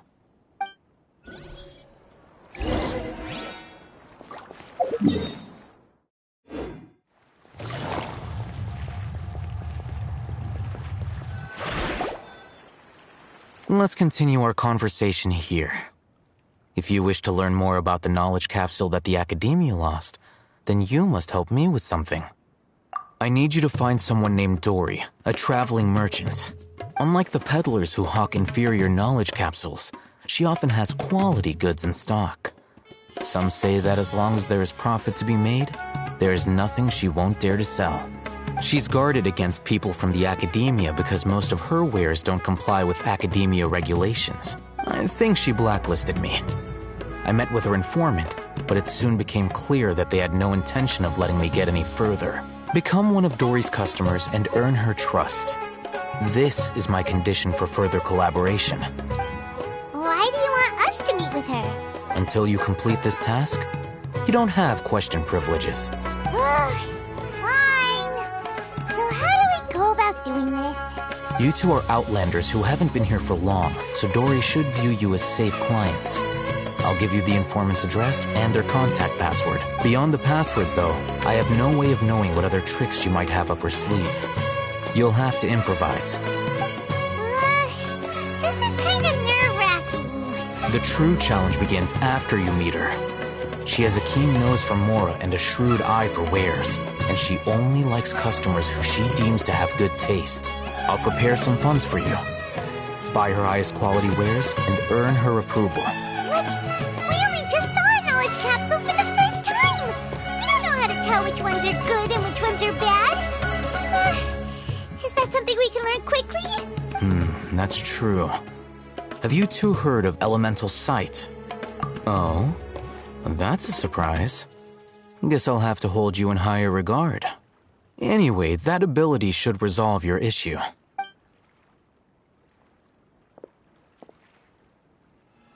Here are 2 knowledge capsules. Tell me, can you detect any difference in their quality?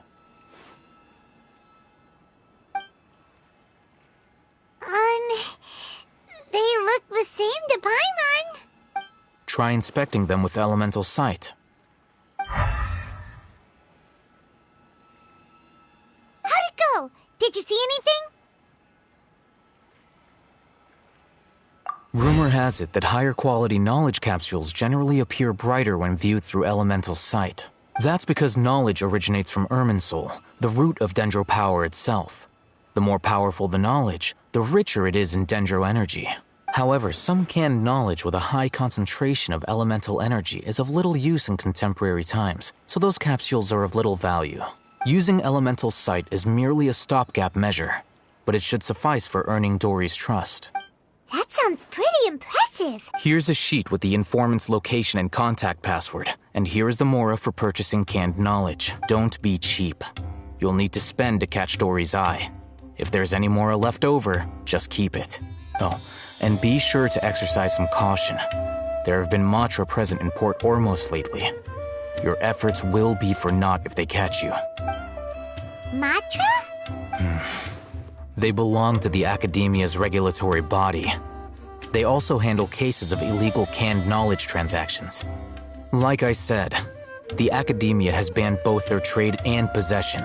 The Matra are razor sharp. You're in for nothing good if they lock their sights onto you. If you two want to back out, now's the time.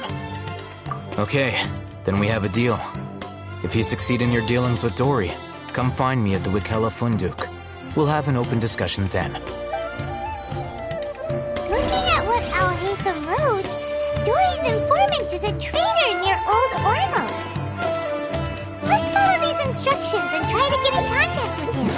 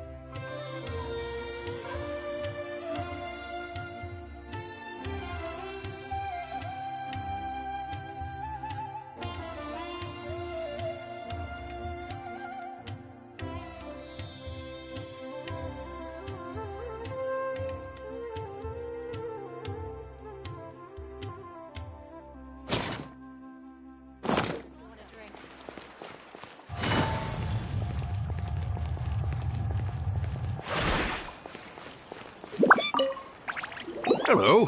What are you two looking to buy?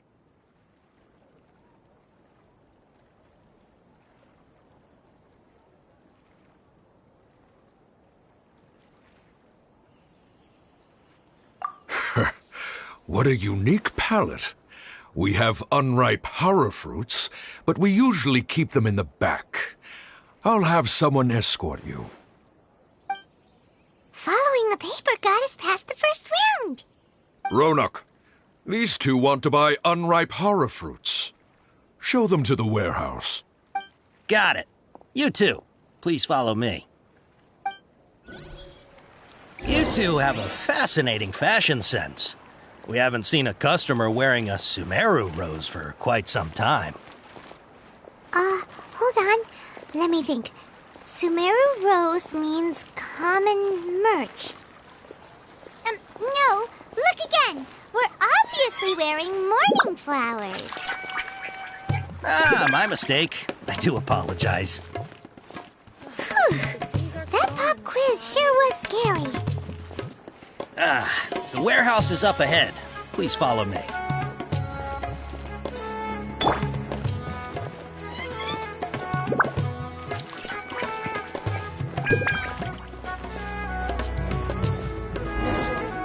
Before I retrieve your products, I need to confirm a few things. Please forgive me, but we may not have sufficient stock for you today. Earlier, many of our hara fruits were taken by mice.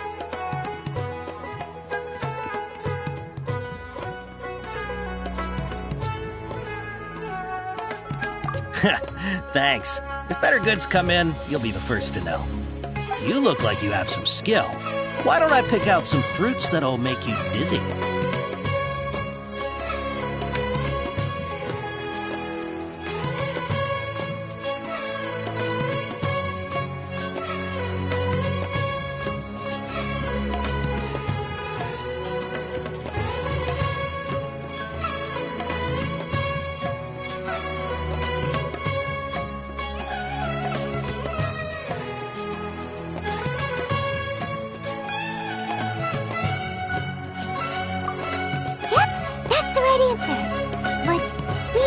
Fruit that makes your head and ears ring sounds like a bad life decision. Would you like your hara fruits to be packaged in the Sumeru City or Port Ormos style?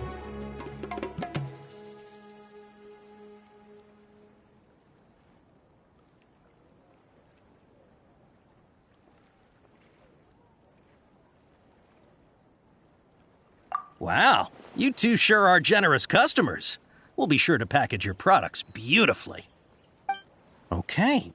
Everything has been confirmed. Miss Dory is waiting for you up at... Shoot! It's the Matra! Run! What? The Matra? Where? I'll hate them said we're done for if they catch us. We gotta get out of here. We don't know this area, so let's follow that informant.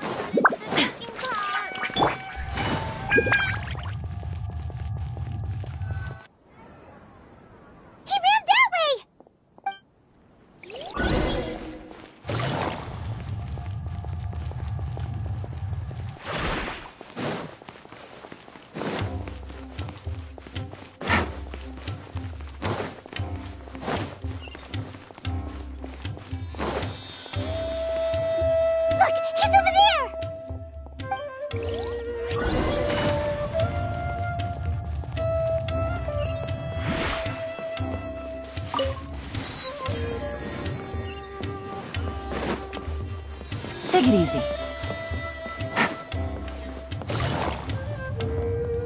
Hey! If you're hiding from the Riskland, Tiger, come this way! Another password! Huh? Oh. Here, over here. You can stop running now.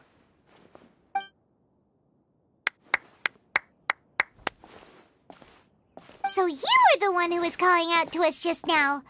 But, are we definitely gonna be safe here? These two good customers wish to buy some hara fruit, Miss Dory. And if there's nothing else, I'll just excuse myself. Oh, very good. Thank you. Huh? Wait, you're Dory? Paimon sure thought you'd look a whole lot scarier. Hey, what are you trying to say, Princess Pea-Brain? I can be scary enough when I need to be, believe you me. If you don't watch what you say, then you can forget about doing any business. But it seems you two have actually done pretty well so far. Not only did you manage to find the informant, your reactions were also pretty sharp. You don't really look like criminals or anything, but I bet my Mora that you've been involved in some shady dealings, haven't you? Paimon's not sure if that's supposed to be a compliment, but we'll take it. I can't risk doing business with people who start huffing and puffing after just a few paces, no matter how much Mora they might have. Not only will they get caught by the Matra, but they'll also get us into trouble. As decent folks trying to run an honest business, we don't need any of that. Wouldn't you agree? So that's why I prefer to have customers like you. It's your first time here, but don't worry, I won't ask too many questions. Even if you wish to buy enough knowledge capsules to decorate your house with, please, knock yourself out. As long as you have lots of round, shiny Mora, then we're all good. Ah, yes, of course, of course. Go ahead, help yourselves. Voila! Wow, she has a trove of canned knowledge. Whew. She'd probably be in serious trouble if the Matra caught her with all this. What kind of products do you seek, my dear customers? Don't worry, I'm not interested in your reasons for buying. I can, however, offer some suggestions. Take this one, for example. An analysis of the sociological ideology and dialectics of the Hilichurls. Only 3 people in all of Teyvat have ever studied it, making it extremely rare. It's on sale now for 350,000 Mora. Yeesh, who would want to be an expert in that topic? Or how about the architectural styles and construction methods of Teyvat in the early Archon War period? With this one, you can become an expert in historic architecture preservation and find an excellent, well-paying job in nearly any nation. Ooh, now this sounds like it could be useful. 2 million Mora, and it's yours. No discounts. Whoa! That's a lot of Mora! Of course, you are free to pick whatever your heart's desire. The contents and price of each knowledge capsule are indicated in small text on the body of each one, down at the bottom. All right, let's try the method that Alhaitham mentioned.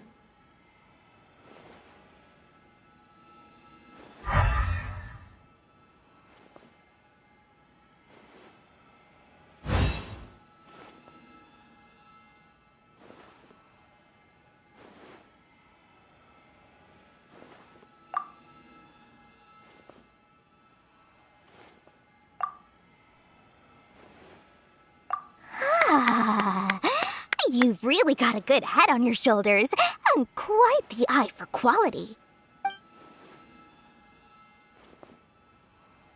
We'll take these, please and thank you. My, oh my, you are blessed with a taste for both the exquisite and the extravagant. Customers like you are a rare breed, 1 in 100. No, 1 in 1,000 even. Listen, I have a special offer for you two. If you spend just 100,000 Mora more, you can pick any knowledge capsule of your choice up to a value of 1 million Mora. Say what now? Hey, did you hear that? Spend another 100K and we get a capsule worth a whole million! But all the canned knowledge we just bought is easily worth 500,000 Mora. If we spend just a little more, we can get something worth 1 million Mora. Isn't that a fantastic deal? Think about it. We've gone to all this trouble to get this canned knowledge. And so far, everything we bought belongs to Alhaitham. Aren't you even the least bit curious about how this whole canned knowledge thing works? We're talking instant knowledge here. Don't you want to try it yourself? Come on, come on! We still have around 100,000 of Alhaitham's Mora left, so let's put it to good use by finding something useful for you. Ahem, you've got a deal, Dory! We'd Excellent! Then please, select from this fine collection of canned knowledge over here. Hold on a second. Paimon thought we could choose whatever we wanted. Why can't we choose the ones from over there? Oh, but my dear customer, the knowledge capsules over here are worth 1 million mora each. I'm sure discerning customers like yourselves will be able to find something to your liking. Please, take your time. Uh-oh, Paimon has a bad feeling about this. Let's use Elemental Sight again to check these.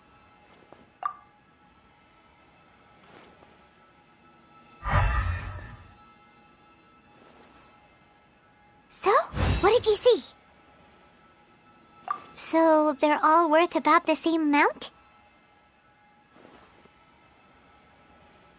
Well, anyway, the mora's already been spent, so let's at least try to find something useful. Let Paimon take a look here. An introduction to traditional Sumeru brewing techniques, the art of growing spices, an overview of ancient runes. Oh, how about this one? Sword Fighting Techniques 8.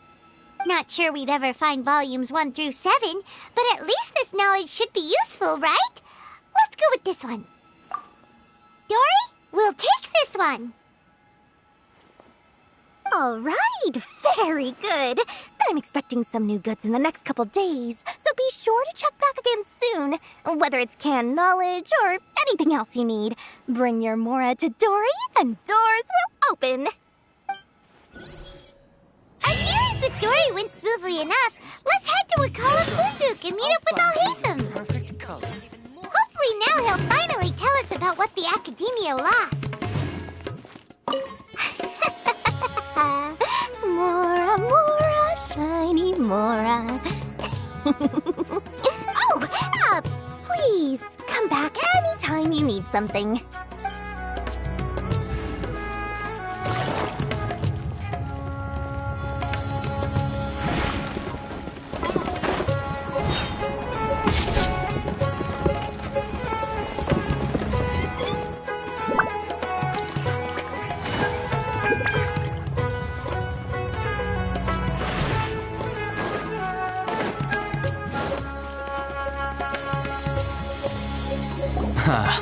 You two made it. And from the looks on your faces, you were successful. Whoa, there's so many people from the Academia here. Why would you pick this place as our meetup spot? Well, Wakela Funduk is under the Academia's control, so naturally the Academia has people working here. I came to Port Ormos under the pretense of conducting official business. You're a pretty daring guy. Relax. No one here is interested in anything we say, and the Matcha won't come here. Okay, now, tell me how your encounter with Dory went. Okay, we did what you asked. So, can you tell us about the knowledge capsule that the Academia lost now? Before that, I have to ask, why are you two so intent on tracking it down? You don't have to answer, of course. Yeah, she just wants to meet the God of Wisdom and ask her about something important. We've been in Sumeru for a while now, but we still haven't found a way. When we heard that the Academia had lost something that might be related to the gods, we came here in case it turned out to be our lucky break. In that case, you're on the right track. A short while ago, the Academia lost a knowledge capsule in the desert. It's supposedly a divine knowledge capsule. Use it, and you'll gain the wisdom of the gods. Wow, there's really such a thing as that? Hey, if we find it, do you think we could learn how to meet the Dendro Archon? Ooh, or even how to find your brother? I highly doubt it has any mystical properties, but it does indeed exist. And it's right here, in Port Ormos. So, where exactly? That's what we need to find out next. I won't deny that. I am investigating because I'm curious as to what the divine knowledge capsule truly is. As you know, the Eremites in Port Ormos also have their eyes on it. It is an extremely precious item. The knowledge contained within may bring great power or wealth to whoever has it in their possession. Several brigades have been vying for ownership of it as of late, but there is still no victor. My personal finances and connections cannot compete with those of the Eremites. After attempting various methods, I finally managed to reach a tentative agreement with several brigades. I agreed to forego ownership of the Divine Knowledge Capsule in exchange for the opportunity to study it. After all, there's no harm in understanding what it is. However, there are those who are less amenable to negotiation, such as those from Ain al-Ahmar. They adamantly believe that the Divine Knowledge Capsule contains the Scarlet King's power, and that he will return to this world when they obtain it. They refuse to let anyone from the Academia tarnish their deity's soul. So you kept hounding them because they refused to cooperate with you? Yes. Ain al-Ahmar isn't exactly wealthy, but its members are determined to get that capsule by any means necessary. To that end, they've resorted to many methods more foul than fair in order to amass sufficient funds. So, I've been sabotaging their business to force them into negotiating with me. The Divine Knowledge Capsule should be up for a secret auction within the next few days. Each brigade will place their own bid, and the prize will be covertly given to the winner. To ensure the capsule's security and to evade the Matra's notice, the winning brigade will not publicly disclose their victory. Unless I know whose hands the Divine Knowledge Capsule ends up in, my agreements with them will fall through. Dory is the most reliable source of information, but that avenue was previously closed to me. With you on board now, the situation is different. In other words, you wanted us to befriend Dory so you could find out where the Divine Knowledge Capsule is. Yes, you can say that. But this arrangement harms none of us. The day after tomorrow, go back to Dory and try to purchase information on the Divine Knowledge Capsule's whereabouts. If she has no information, wait 2 days and approach her again. If I get the opportunity to study the Divine Knowledge Capsule, I will relay my findings to you. Will that suffice as compensation? Okay, then we'll meet up in 2 days. Alhaitham, before you go, we actually bought a knowledge capsule for ourselves, but we're not sure how to use it. You two want to try using a knowledge capsule? Sure, I can teach you. Doing so right under the Academia's nose is a bit problematic, though. What do you say we head to the outskirts of town? Different, but nope. There's the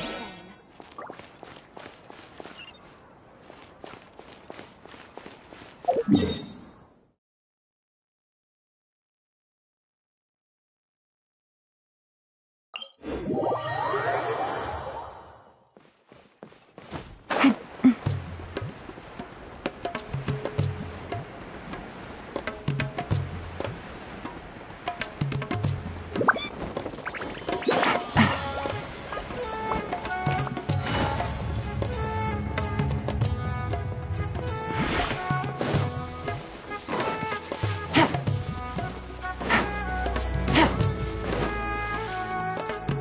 All right, this place works. Show me the capsule you purchased. Here. Sword Fighting Techniques 8. Huh. A combat class knowledge capsule. This class is something of a rare find these days, since most have been taken by the Eremites to augment their battle capabilities. Really? Aw, yeah, what a great buy! If you want to determine the efficacy of this capsule, I can evaluate your combat ability. However, effects will likely be minimal if you already possess a high amount of strength. We can conduct a controlled experiment where you fight 2 battles. One before using this knowledge capsule, and one after. While you fight, we can use an Akasha terminal to monitor your various physical parameters. There may be variances in your physical strength between the 2 tests, as well as a disparity in your opponent's abilities. But don't worry. I'll run statistical analyses afterward to mitigate any confounding effects. You must have been one of those guys at the Academia who got top grades on everything. Paimon's curious about something, though. You definitely weren't one of those students who needed canned knowledge to graduate from the Academia, right? So why are you risking getting caught by the Matra for this capsule? When you are unable to understand a researcher's actions, most cases can be attributed to curiosity. This is but one theory. Sounds like you're trying to avoid the question. All right, let's begin the test. Just fight as you normally do.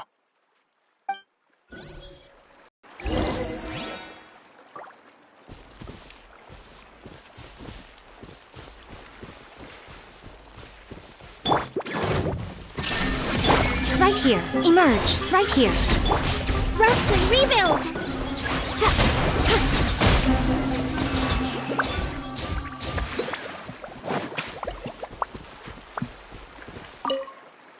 All right.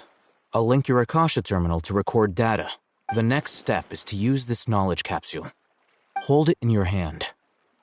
I'll help you establish a connection with it so you can activate its power.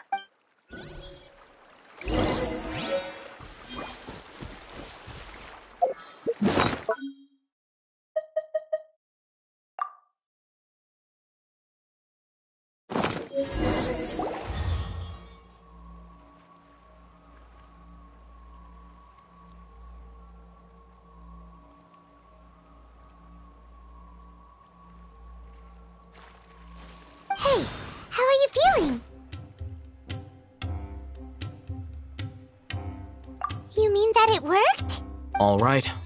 Time for round 2. Fight with the same composure as before.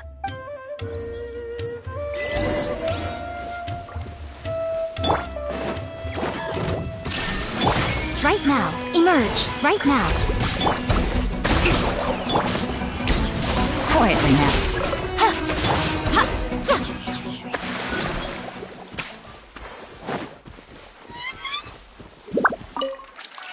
Now, I'll start recording data again. Oh, hey, Thumb. How's it going? Well, the knowledge capsule you purchased did improve her combat capability. During the second fight, her overall fighting performance increased by 0.073%. Wait, how much?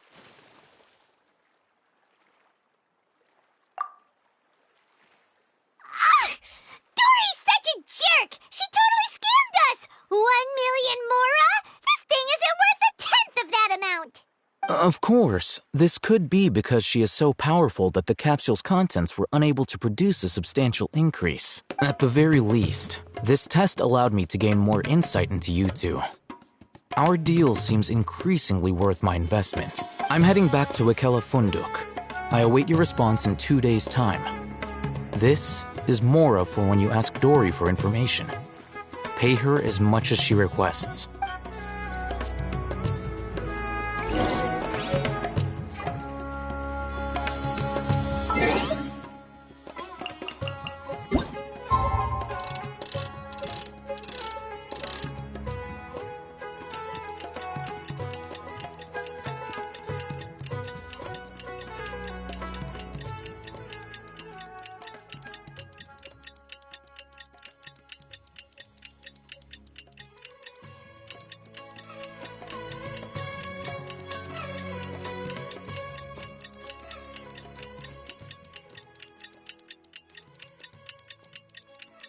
Let's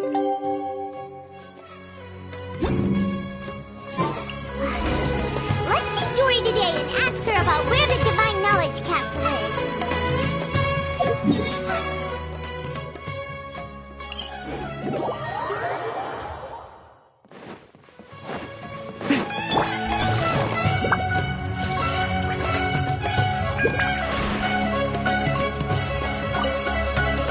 Here, over here! Oh, welcome back, my loyal patrons. What can I do for you this time? You name it. Canned knowledge, supplies, or anything else you need. I'll find a way to get it. Where there's a waterfall of Mora, there's a way. Can you really get us anything we want? Anything at all? Aha! So it appears that canned knowledge alone is no longer sufficient for your opulent appetite. Then please oblige me. Tell me what you have in mind. Oh! I knew customers with pockets as deep as yours would undoubtedly crave something more profound than ordinary canned knowledge. But you know, that kind of information isn't going to be cheap. After all, I had to work really hard to weasel my way into the auction site.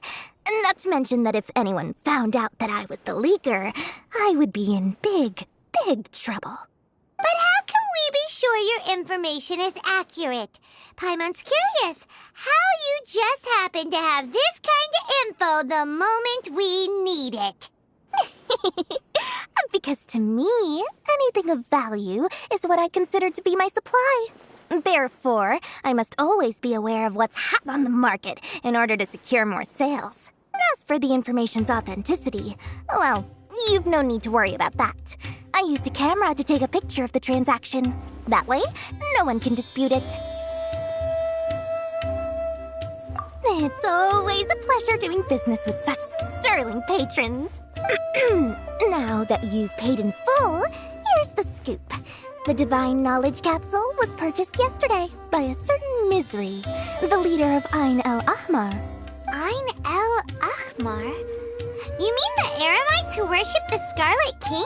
Ah, so you're already familiar with them. The group has done everything in their power to obtain the Divine Knowledge Capsule. After all, they believe it contains the power of the Scarlet King. That Divine Knowledge Capsule is unlike any other canned knowledge I've seen before. It was glowing bright red. The capsule is clearly visible in the picture I took. You can look for yourself. Thanks for the info, Dory. Please, it's my pleasure. It's all thanks to discerning customers such as yourselves that my efforts yesterday were not in vain. Please, don't hesitate to contact me if you ever need anything else in the future. Mora for Dory opens doors. Well, we figured out where the Divine Knowledge Capsule is. It turns out it ended up in the hands of Ain el-Ahmar. Trust me. Remember to bring a token of our friendship the next time we meet, okay? I like to think it's built on a firm foundation of solid, shining Mora.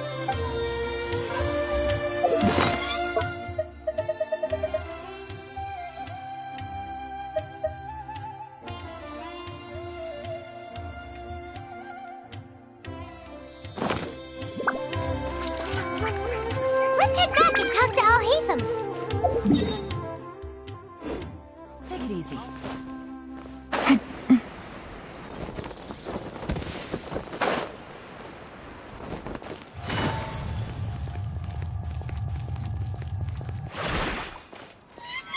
Al-Haytham, we got the info you wanted.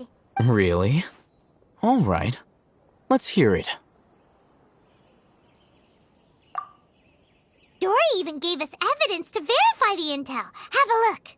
Huh, look at that. Clear as day. It must have taken some guts just to infiltrate the scene of the Eremites' transaction. But then to get close enough to take a picture like this. Bold move, Dory. Very bold move. All right. The person in this picture is indeed Misery, the leader of Ain el-Ahmar. And the glowing red capsule he's holding appears to be the Divine Knowledge Capsule. In which case, if we play our cards right, when we confront them next week, we should be able to force them to show their hand. At first, Paimon didn't get why you were provoking these Ain el-Ahmar guys. But now, it sort of makes sense. Everything's playing right into your hands. After we defeat them, we can finally have a serious talk with their boss and get them to lend us the Divine Knowledge Capsule.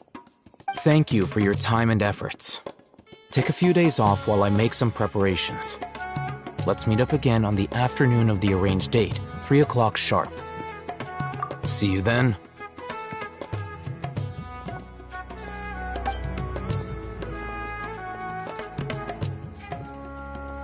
Al-Haytham sure is taking his time.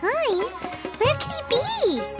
Oh, there he is. Sorry to keep you waiting. Let's head to the pier in front of Pharos Lighthouse. Yep, let's go.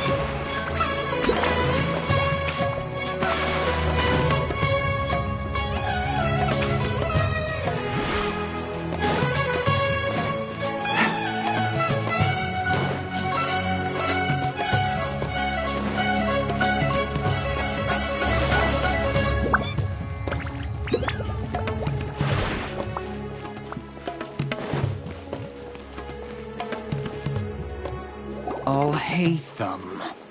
I knew you were crazy, but I didn't know you were crazy enough to actually show up. It was I who demanded that these negotiations take place. I was more worried that you might go back on your promise. But to your credit, it appears that you're sticking to your word. This is turning into quite an occasion.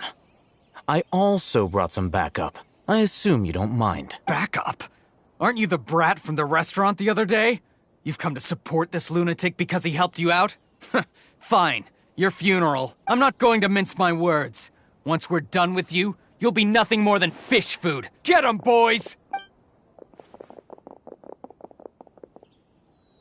Uh-oh, here they come. Good luck, you two. That's close enough. Right here, right now. Illusion shattered! Versus rebuild!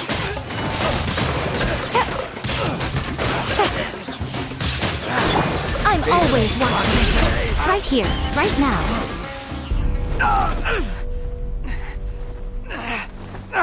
Academia scum!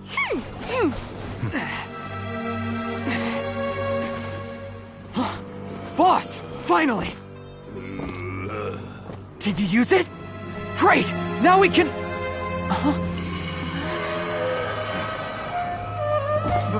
Boss? Boss!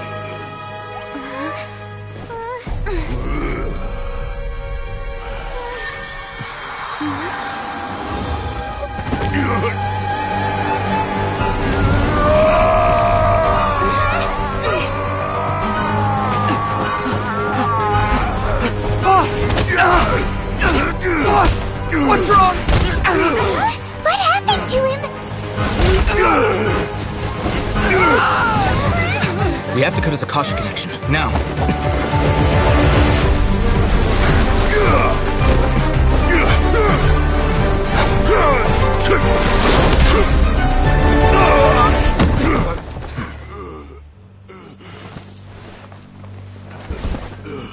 Target acquired! Arrest him!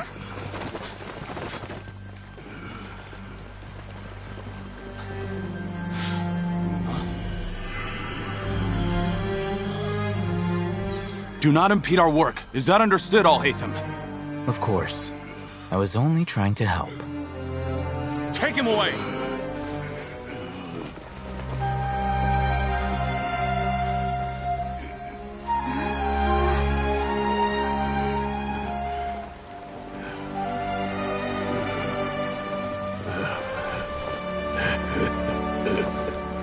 World, forget me. You won it. What in Tibet just happened? It's like that big guy suddenly lost his mind. It looks like he used the Divine Knowledge Capsule. You mean the Divine Knowledge Capsule did that to him? Oh, yeah. You mean how some researchers go insane after getting knowledge from Irminsul? I've heard of numerous incidents of researchers in Satyavada life going insane. The state that man is now in suggests that this is a similar situation. This Divine Knowledge Capsule does appear to be linked to the gods, but beyond that, it doesn't seem anything like the rumors suggest. Possessing it doesn't grant you divine wisdom or power. Did you hear what he said? World, forget me. What could that possibly mean? If the mantra took him away, then that means the Academia got the Divine Knowledge Capsule back too. What a shame. We were so close. Still, Paimon didn't expect the Divine Knowledge Capsule would be so dangerous. Imagine if we tried to open it. Oh, who knows what would have happened to us? As things stand, there is no reason for me to remain in Port Ormos. I believe our collaboration has also reached its end. Oh, we were so busy trying to find the Divine Knowledge Capsule that Paimon forgot to ask you something. Since you're a member of the Academia, do you have any idea how we can go about meeting Lesser Lord Kusanali? Truthfully, I don't. Lesser Lord Kusanali appears to exist outside of Sumeru's entire administration. Most of the time, you wouldn't know she exists at all. Moreover, since the Academia possesses the Akasha, a symbol of our deity's wisdom, Scholars have no reason to desire to make contact with the deity herself anyway. Everything about Lesser Lord Kusanali is such a mystery! I'm heading back to the Academia. How about you two? It's almost the day of the Sub-Zero's festival! Maybe we should head back too. We've been rushed off our feet over the past few days, so maybe a little rest and relaxation will do us good. Then we'll part ways here, Alhaitham, until we meet again.